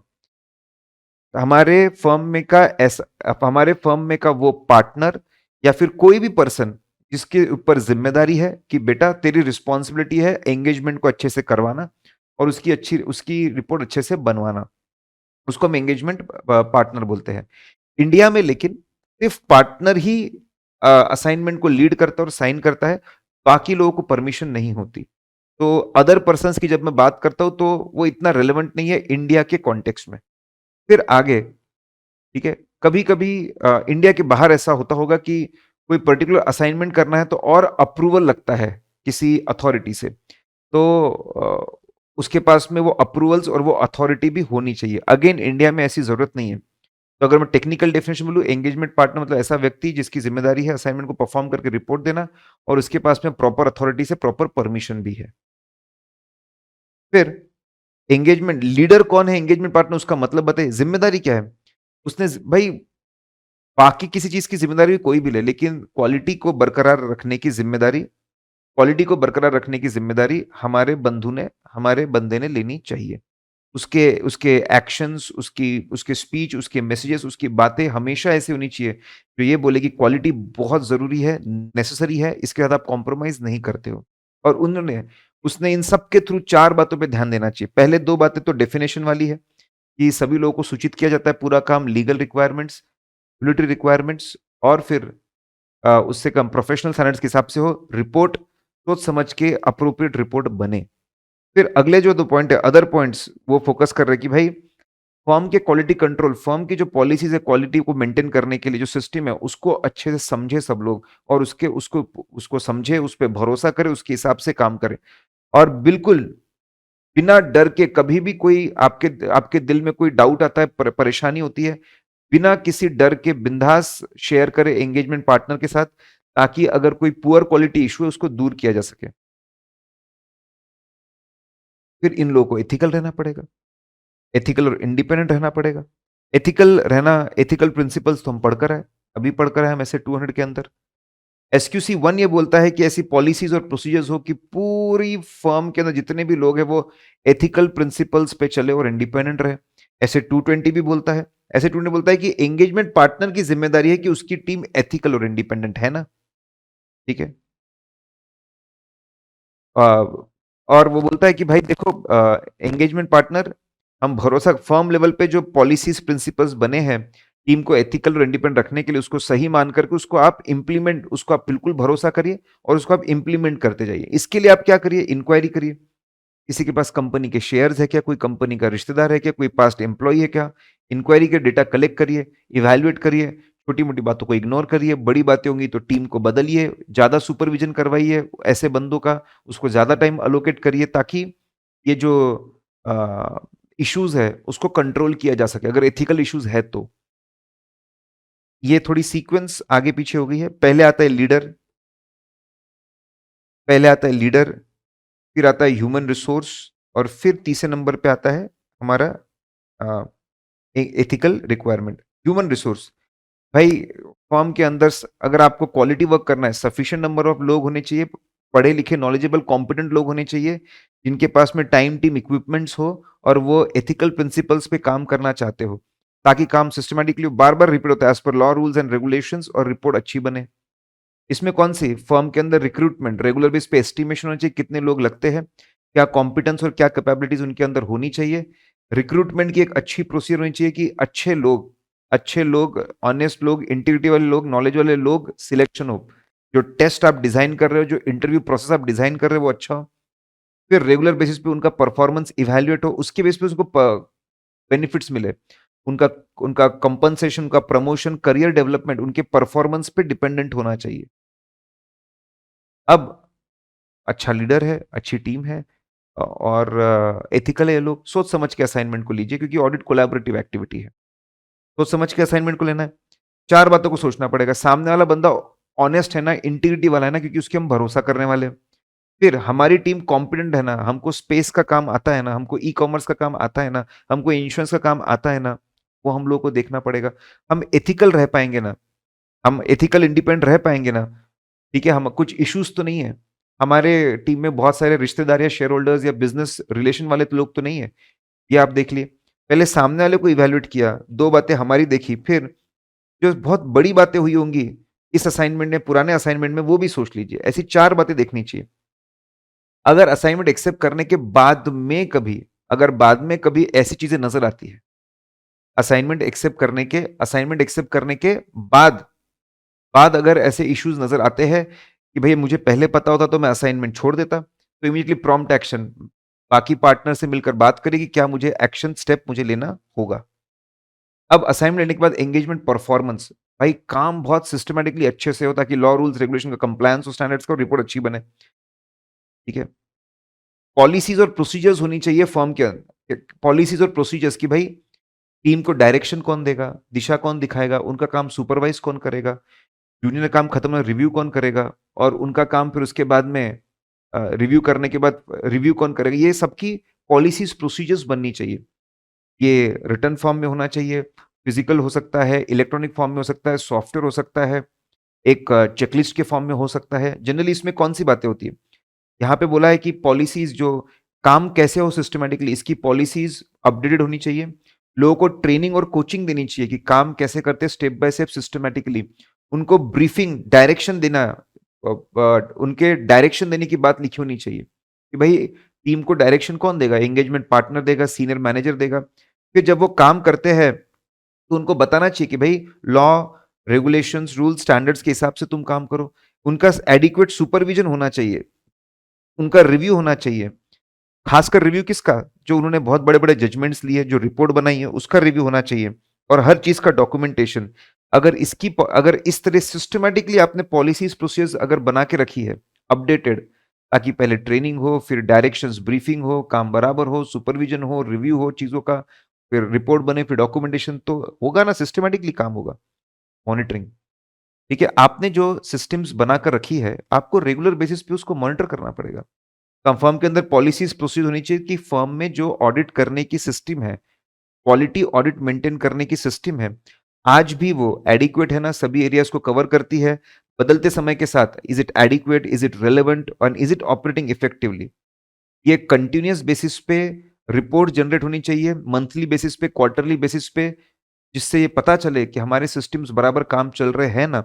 और पीरियोडिक अलग से हम लोग इंस्पेक्शन भी करवा सकते, ठीक है? ऑनगोइंग कंटिन्यूअस भी होना चाहिए। हम लोग कुछ कंप्लीटेड असाइनमेंट का इंस्पेक्शन भी करवा सकते हैं। हमारे सिस्टम्स अच्छे ना, इसका मॉनिटरिंग होना चाहिए, ये कंटिन्यूअस भी हो सकता है। और पीरियोडिकली कुछ असाइनमेंट सिलेक्ट करके देखो क्वालिटी सिस्टम बराबर काम कर रहे हैं ना। पर्पस क्या है? पर्पस बहुत सिंपल है। क्या हमारे सिस्टम ऊपर ही पर्पस कि भाई आज के डेट में are they adequate, relevant to ensure compliance of law हो रहा है और रिपोर्ट अच्छी बन रही है? क्या सिस्टम बराबर बनी हुई है? Is it design properly, it is operating effectively? भाई सिस्टम ऐसा हो जो एंश्योर करे कि काम बराबर हो। It should be design and people should be implementing it. Firm के अंदर कुछ कॉम्पिटेंट, अच्छे knowledgeable partner, group of partner, other person को जिम्मेदार मानना चाहिए कि आपका काम है रेगुलर बेसिस पे ऑडिट, क्वालिटी कंट्रोल जो सिस्टम है उसको स्टडी करके, इवेल्युएट करके, रेगुलर अपडेशन उसके अंदर लाया करे। फिर अदर कॉन्सेप्ट्स का पार्ट है कि भाई ऑडिट का रिलेशन दूसरे जो सब्जेक्ट है उसके साथ में, अकाउंट्स बहुत जरूरी है। Gap, generally accepted accounting principles का नॉलेज चाहिए, तभी हम लोग चेक कर में अकाउंटिंग बराबर है क्या। और ऑडिट करने से हमको समझ में आता है कि अकाउंटिंग प्रोसेस बराबर हुई कि नहीं, तो अकाउंट्स का भी इंपॉर्टेंस है और ऑडिट का भी इंपॉर्टेंस है। अब पहले फाउंडेशन में अकाउंट्स होता है पहला, तो वो ले लिया, फिर फाउंडेशन में लॉ होता है, भाई बिजनेस लॉस का, आपके negotiable instrument, contract act, taxation loss का नॉलेज बहुत जरूरी है, ताकि ये समझ सके कि जो ट्रांजैक्शंस हुए हैं, फाइनेंशियल ट्रांजैक्शंस, वो कितने लीगल है, अगर नहीं है तो उसका इम्पैक्ट क्या होगा अकाउंटिंग पे और फाइनेंशियल स्टेटमेंट पे, वो समझ सके। फिर इकोनॉमिक्स, भाई साहब डिमांड, सप्लाई, प्रोडक्शन कॉस्ट का नॉलेज होना चाहिए, ताकि ये समझ सके कि जो एंटिटी के अंदर जो ट्रांजैक्शन और जो चीजें चल रही है, माइक्रो इकोनॉमिक्स के हिसाब से लॉजिकल है ना। मैक्रो इकोनॉमिक्स का नॉलेज होना चाहिए, इकोनॉमिक एनवायरनमेंट, उसके छोटा गवर्नमेंट, ग्रोथ, इन्फ्लेशन, क्यों? ताकि समझ सके कि फ्यूचर के अजम्पशंस और एस्टिमेट्स बराबर है ना। भाई हमारे दोनों का नॉलेज जरूरी है, मैथ्स और स्टैट्स का नॉलेज जरूरी है, ताकि ये समझ सके कि सैम्पलिंग सैम्पलिंग करना सीख जाए, स्टैटिस्टिकल नॉलेज आ जाए, ताकि कॉम्प्लेक्स कैलकुलेशन आसानी से कर सके। नॉलेज जरूरी है। फिर आपका पहले एक सब्जेक्ट हुआ करता था इंटर में, एथिक्स, ठीक है, बिहेवियरल साइंसेस, लोगों को समझना और उनका उनका बिहेवियर प्रिडिक्ट करना, लोगों को समझने की आपके अंदर क्षमता होनी चाहिए। क्यों? फाइनेंशियल ऑडिट में हम कंटिन्यूअसली, हम लोग क्लाइंट के बहुत सारे लोगों से इंटरेक्ट करते, टीम के लोगों से इंटरेक्ट करते। You should be able to understand, आदमी सच बोल रहा है, झूठ बोल रहा है, डरा हुआ है, क्या प्रॉब्लम है, उससे इंटरेक्ट करके सच बात क्या है और कैसे उसको हम लोग सही दिशा में लेकर चले, काम आता है ऑडिट करते। इंटरनल ऑडिट में हम लोग सिस्टम्स चेक करते हैं और सिस्टम डिपेंडेंट होते हैं लोगों के ऊपर। लोग ऑथराइजेशंस करते, अप्रूवल्स करते, रिकॉर्ड्स मेंटेन करते, रिकंसाइल करते, चीजों को चेक करते, इसलिए उनका बिहेवियर समझना जरूरी है।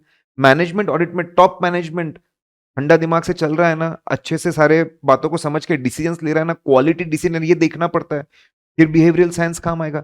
Internal control system human beings के ऊपर बेस्ड है और ह्यूमन बींग्स को समझना है तो बिहेवियरल साइंस का नॉलेज जरूरी है। सभी तरह के ऑडिट्स में ये नॉलेज काम आएगा आपको। प्रोडक्शन का नॉलेज होना चाहिए, ताकि ये समझ सके प्रोडक्शन कैसा है। भाई भाई बाय प्रोडक्ट है, जॉइंट प्रोडक्ट है, प्रोसेस कॉस्टिंग है, कॉन्ट्रैक्ट कॉस्टिंग है, ताकि उसके हिसाब से कॉस्टिंग निकले और कॉस्ट निकले। प्रोडक्शन का भी थोड़ा नॉलेज होना चाहिए। फाइनेंशियल मैनेजमेंट का नॉलेज होना चाहिए, मार्केट में क्या चल रहा है, गवर्नमेंट क्या कर रहा है फाइनेंस को लेकर, इंस्टीट्यूशंस क्या कर रही है, फाइनेंशियल टेक्निक्स, ताकि फाइनेंशियल इंस्टीट्यूशन का ऑडिट अच्छे से कर सके, ताकि कंपनी की फाइनेंशियल पोजीशन दूसरों के मुकाबले कैसे वो समझ सके, फाइनेंशियल इनकम एक्सपेंस बराबर है ना वो समझ सके, आर दे रियलिस्टिक, रीजनेबल है ना, interest expense, interest income, assets and liabilities, financial asset liabilities. Data processing का नॉलेज होना चाहिए। अरे भाई साहब पूरा रिवोल्यूशन हो गया जिस तरीके से अकाउंटिंग होती है, ठीक है। जिस तरीके से अकाउंटिंग होती है, जिस तरीके से ट्रांजैक्शन रिकॉर्ड होते हैं, डॉक्यूमेंट होते हैं, प्रोसेस होते हैं, रिपोर्ट बनती है, डेटा सेव होता है, रिट्रीव होता है, इसका नॉलेज ज़रूरी है भाई साहब, ठीक है? ताकि समझ सके कि ये सिस्टम बराबर काम कर रहे हैं और इसकी मदद से हम नई-नई इन्फॉर्मेशन रिपोर्ट्स को एक्सट्रैक्ट कर सकें। स्कोप ऑफ ऑडिट, स्कोप मतलब जनरली 2 बातें होती हैं, क्या चेक करना है और कैसे चेक करना है, ठीक है? क्या चेक करना है, कैसे that is called scope. Scope का कभी मतलब होता है कि पूरे ग्रुप का, क्या पूरे कंपनी का, क्या कुछ ब्रांचेस का, उसको भी स्कोप बोलते हैं। और कैसे हम लोग चेक करने वाले, how we are going to check, ये दोनों चीजों का कॉम्बिनेशन होता है। यहाँ पे इनका ज्यादा फोकस है, हम क्या चेक करते हैं ऑडिट में। ये बेसिक अकाउंटिंग डेटा चेक करते हैं हम लोग सबसे पहले, कि जो आपके प्राइमरी बुक्स है, आपके जो सेकेंडरी बुक्स है, वो डेटा उसमें सभी वो कंप्लीट है ना, वो एक्यूरेट है ना, वो रिलायबल है ना। इसीलिए हम लोग इंटरनल कंट्रोल सिस्टम को समझते हैं, ट्रांजैक्शंस को प्रोसेस करने का सिस्टम, फिर उसको कब कौन अकाउंट करता है और कैसे, अकाउंटिंग सिस्टम को समझते हैं। तो पहले डिस्कस किया कि हम क्या चेक करते हैं, बेसिक अकाउंटिंग डेटा बराबर है ना, इसलिए पहले इंटरनल कंट्रोल सिस्टम को स्टडी करके चेक करते, अकाउंटिंग सिस्टम को चेक करते, फिर data, basic primary data, ledger का data, trial balance, financial statement बराबर दिख रहे हैं ना। हमारा फोकस फिर फाइनेंशियल स्टेटमेंट्स के ऊपर भी, कि भाई उसका प्रेजेंटेशन, उसका क्लासिफिकेशन, उसका नोट्स टू अकाउंट्स का डिस्क्लोजर बराबर है ना, इस पे भी हमारा ध्यान होता है। भाई बेसिक डेटा अच्छा होना चाहिए और वो अच्छे तरीके से प्रेजेंट भी होना चाहिए, तभी लोगों को समझेगा ना। इसमें हम 3 चीजों पे और ध्यान देते हैं। मैनेजमेंट को बहुत जजमेंट लगाना पड़ता है, एईडी, अकाउंटिंग पॉलिसी, एस्टिमेट और डिस्क्लोजर, इसको भी ध्यान। तो स्कोप में हमारा फोकस बेसिक अकाउंटिंग डेटा पे भी है, इसलिए पहले सिस्टम चेक करते, फिर डेटा को चेक करते, फिर इसको किस तरीके से प्रेजेंट किया जा रहा है इस पे भी है, और जजमेंट्स पे भी है। इन चीजों पे ध्यान देना, ये स्कोप ऑफ ऑडिट है, किन चीजों पे हम ध्यान दे रहे हैं, क्या नहीं करना चाहिए चेकिंग करते वक्त। कोई भी बहुत टेक्निकल चीजें हो जो इंजीनियर्स डॉक्टर्स को समझ में आती है, वो चीजें चेक करने के लिए नहीं उतरना चाहिए हम लोगों ने। और अगर मैनेजमेंट आपको रोके कुछ एरियाज को चेक करने के लिए, कुछ चीजों को चेक करने के लिए, तो देखना चाहिए कि उससे सबूत की कमी महसूस हो रही है क्या। अगर हो रही है तो ऑडिट रिपोर्ट में लिखना पड़ेगा। को एंगेजमेंट लेटर में साफ साफ मैनेजमेंट को पहले ही बता दो कि मैं ये चीजें चेक करने वाला हूँ, ये चीजें कवर करने वाला हूँ, बेसिक अकाउंटिंग डेटा भी चेक करूंगा, तेरे फाइनेंशियल स्टेटमेंट का प्रेजेंटेशन भी देखूंगा, तेरे जजमेंट्स भी देखूंगा। पहले ही मैं समझा दे रहा हूँ। ऑडिट रिपोर्ट में भी पढ़ने वालों को पता होना चाहिए कि मैंने क्या चेक किया है। एंगेजमेंट लेटर में साफ साफ रखो ताकि मैनेजमेंट के मन में कंफ्यूजन ना हो। ऑडिट रिपोर्ट में भी इसका ग्लिम्स दो ताकि पढ़ने वाले को पता रहे कि भैया बंदे ने क्या क्या चीजें चेक करके रिपोर्टिंग दी है, ताकि कोई मिसअंडरस्टैंडिंग और मिसकम्युनिकेशन भी ना रहे। ऑडिट में हम लोग बिजनेस ओरिएंटेड जनरली तो कवर करते ही है, नॉन प्रॉफिट ऑर्गेनाइजेशंस भी चेक कवर होती है, कवरेज ऑफ एंटिटीज हम डिस्कस कर रहे हैं।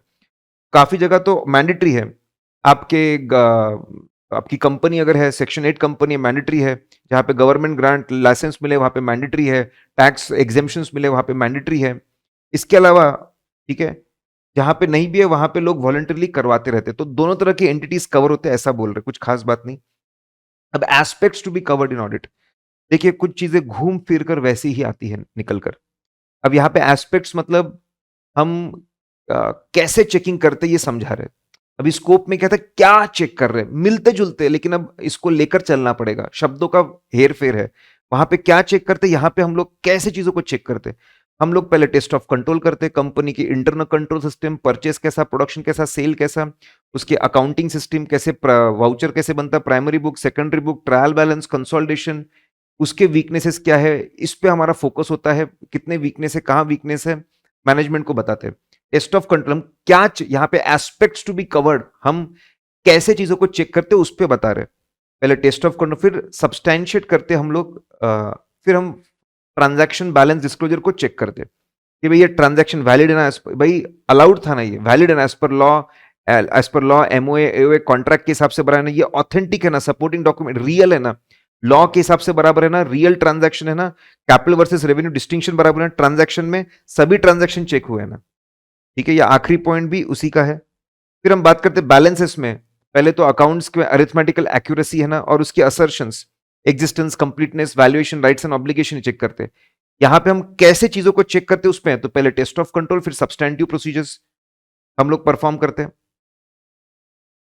अगर हम बात करें, ठीक है, अगर हम बात करें फाइनेंशियल, फिर हम लोग फाइनेंशियल स्टेटमेंट्स कैसे चेक कर रहे हैं, तो पहले test of control, substantive procedure, फिर हम फाइनेंशियल स्टेटमेंट्स की, भाई फाइनेंशियल स्टेटमेंट से जो कोई लॉ था तो वो लॉ पूरा फॉलो हो रहा है, फाइनेंशियल स्टेटमेंट को लगने वाला लॉ, कितने समय में बनना चाहिए, किसने बनाना चाहिए, किसने साइन करना चाहिए, ट्रू एंड फेयर व्यू मिल रहा है ना। अगर कोई फॉर्मेट है तो फाइनेंशियल स्टेटमेंट का फॉर्मेट भी फॉलो हो रहा है ना, और रिपोर्टिंग जो करनी है उसका भी फॉर्मेट फॉलो हो रहा है ना। ऑडिटर के अंदर किस तरह की क्वालिटीज होनी चाहिए? पहले तो उसके अंदर कुछ टेक्निकल, उसके अंदर नॉलेज होना चाहिए। किस चीज का? सबसे बड़ा होता है लॉ, लॉ का नॉलेज। फिर बिजनेस कैसे होता है उसका नॉलेज। उससे छोटी होती है अकाउंटिंग का नॉलेज, अलग अलग सिस्टम्स और अलग अलग ट्रांजैक्शंस और इवेंट्स की अकाउंटिंग ट्रीटमेंट क्या होती है। उससे छोटा ऑडिटिंग का नॉलेज होना चाहिए, लेटेस्ट डेवलपमेंट्स होने चाहिए। तो नॉलेज लाइन है, इसमें भी एक सीक्वेंस है। फिर अगर मैं क्वालिटीज में, पर्सनल क्वालिटीज होनी चाहिए, एथिकल होना चाहिए बंदा, ऑनेस्ट, ऑब्जेक्टिविटी, कॉम्पिटेंस, बिहेव, ये भी हम पढ़ कर आए, ओसीबीआई वाले पॉइंट्स है। अप्रोच कैसा होना चाहिए? प्रैक्टिकल, भाई ऐसी चीजें सोच और कर जो पॉसिबल है, और दिमाग लगा, एनालाइज, चीजों को जोड़ने की कोशिश कर, पेशेंस दिखा, फर्म रहे अपने डिसीजंस पे, मैनेजमेंट को बोल चाहिए मतलब चाहिए, और कॉमन सेंस से चल। अप्रोच प्रैक्टिकल हो, एनालिटिकल हो, फर्म पेशेंस वाला हो, कॉमन सेंस वाला हो। इंडिपेंडेंस ऑफ ऑडिटर, इंडिपेंडेंस हम जानते हैं, फाइनेंशियली, फाइनेंशियली, लीगली, पर्सनली सामने वाले पे डिपेंडेंट नहीं रहना, उसको इंडिपेंडेंट बोलते। इंडिपेंडेंस ऑफ माइंड होना चाहिए, नॉट बीइंग डिपेंडेंट। ठीक है, not being dependent financially, personally, personally, business wise dependent ना हो सामने वाले पे। अगर ऐसा हो, अगर हम इंडिपेंडेंट रहेंगे तो हमारी ability to remain, integrity, IOP, objectivity, professional scepticism बढ़ जाएगा। अपियरेंस में भी इस तरह का व्यवहार हो कि थर्ड पार्टी समझे कि बंदा इंडिपेंडेंट है। ठीक है, कुछ भी ऐसी चीज ना करो जिससे थर्ड पार्टी को लगे कि ये तो क्लाइंट के साथ मिला हुआ है, ये क्या सच्ची रिपोर्ट देगा। ये बहुत जरूरी है, इंपॉर्टेंट है हमारे पूरे अकाउंटेंसी प्रोफेशन के लिए, एक प्रॉपर ओपन बनाने के लिए, कि हमारा माइंड इंडिपेंडेंट हो।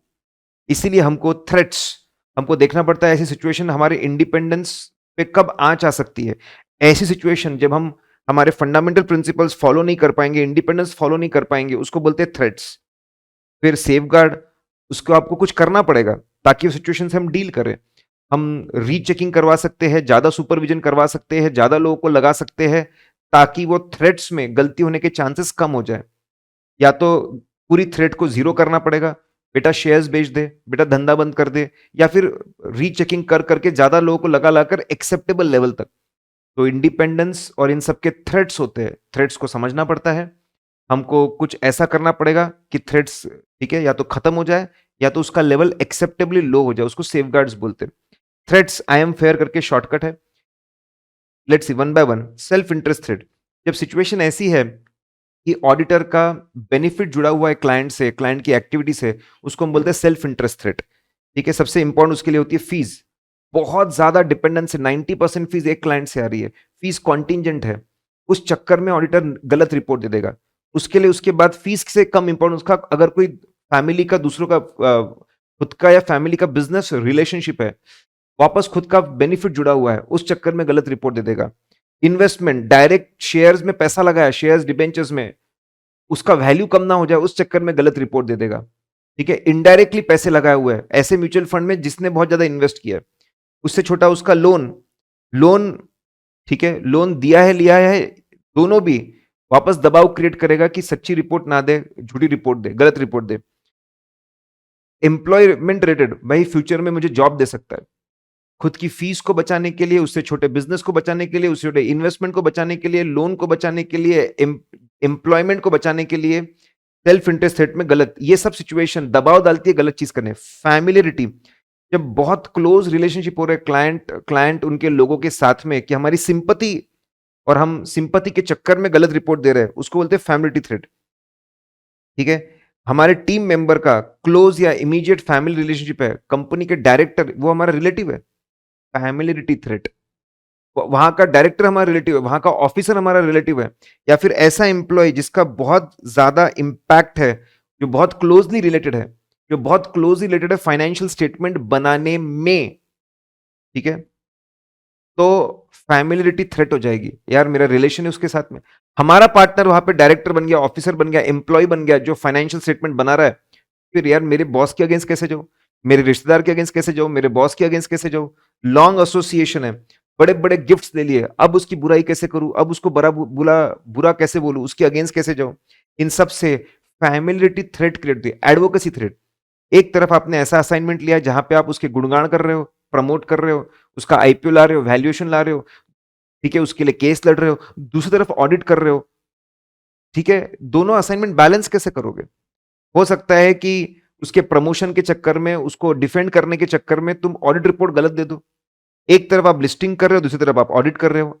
एडवोकेसी थ्रेट, एक तरफ आप केस लड़ रहे हो, दूसरी तरफ आप ऑडिट कर रहे हो। एडवोकेसी थ्रेट, जब डराया जाता है, धमकाया जाता है, डिस्करेज किया जाता है, थ्रेटन किया जाता है, उसको इंटिमिडेशन थ्रेट बोलते हैं। तेरे को निकाल देंगे, तेरा काम कम कर देंगे, तेरे ऊपर लिटिगेशन ठोप देंगे। सेल्फ रिव्यू थ्रेट, जब सिचुएशन ऐसी आती है कि जो खुद ने पास्ट में काम किया था, जजमेंट्स बनाए थे, या फिर खुद ने कोई नॉन ऑडिट काम किए थे, अब खुद चेक वो करने की बारी आ रही है। जब खुद का काम आप वापस चेक करने की बारी आ रही है, तो उससे सेल्फ रिव्यू, खुद को बचाने के चक्कर में आप गलत रिपोर्ट दे दोगे। ठीक है, ऐसा हो सकता है। या फिर और कि भाई जो बंदा डायरेक्टर था, ऑफिसर था, वो बंदा अब ऑडिट टीम मेंबर बन गया है।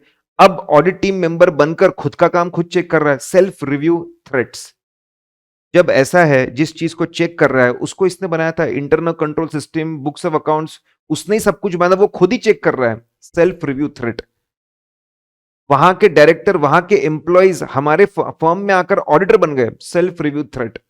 बड़े बड़े नॉन ऑडिट एंगेजमेंट, मतलब क्या? मैंने ही बनाया था सिस्टम, मैंने किया था ऑडिट, मैंने दी थी एडवाइजरी, मैंने मैनेजमेंट सर्विसेज दी थी, अब मैं खुद ऑडिट करने लगा हूं।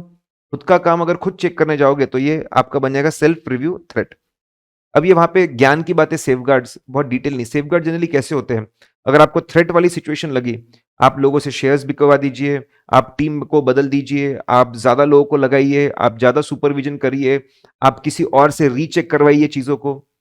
देखिए, लोगों को पब्लिक में लोगों को ऑडिट में कॉन्फिडेंस होना चाहिए, इसलिए क्वालिटी होनी चाहिए। क्वालिटी होनी, उसके लिए इंडिपेंडेंस चाहिए। इंडिपेंडेंस से इंटीग्रिटी, ऑब्जेक्टिविटी, प्रोफेशनल सेफ्टी बची रहेगी। इंडिपेंडेंस के लिए बहुत जरूरी है, और होना भी चाहिए और दिखना भी चाहिए। ठीक है, इसके लिए हमको थ्रेट्स को काबू में करना पड़ेगा। उसकी रिस्क, थ्रेट्स की रिस्क जो एक्सेप्टेबल लेवल पे या तो एलिमिनेट करनी पड़ेगी, तो कम रखनी पड़ेगी। ठीक है, इसके लिए हमको सेफगार्ड्स काम आते हैं। सेफगार्ड्स मतलब ऐसे स्टेप्स उठाना, ऐसे एक्शंस को लेना जिससे हमारी अनएथिकल होने के चांसेस कम हो जाए, थ्रेट्स कम हो जाए, जो मैंने आपको बोलकर बताया। ठीक है, ऑडिट वर्सेस इन्वेस्टिगेशन। ऑडिट में जनरल एक ही ऑब्जेक्टिव होता है कि जाकर चेक करके बताइए whether financial statements give true and fair view.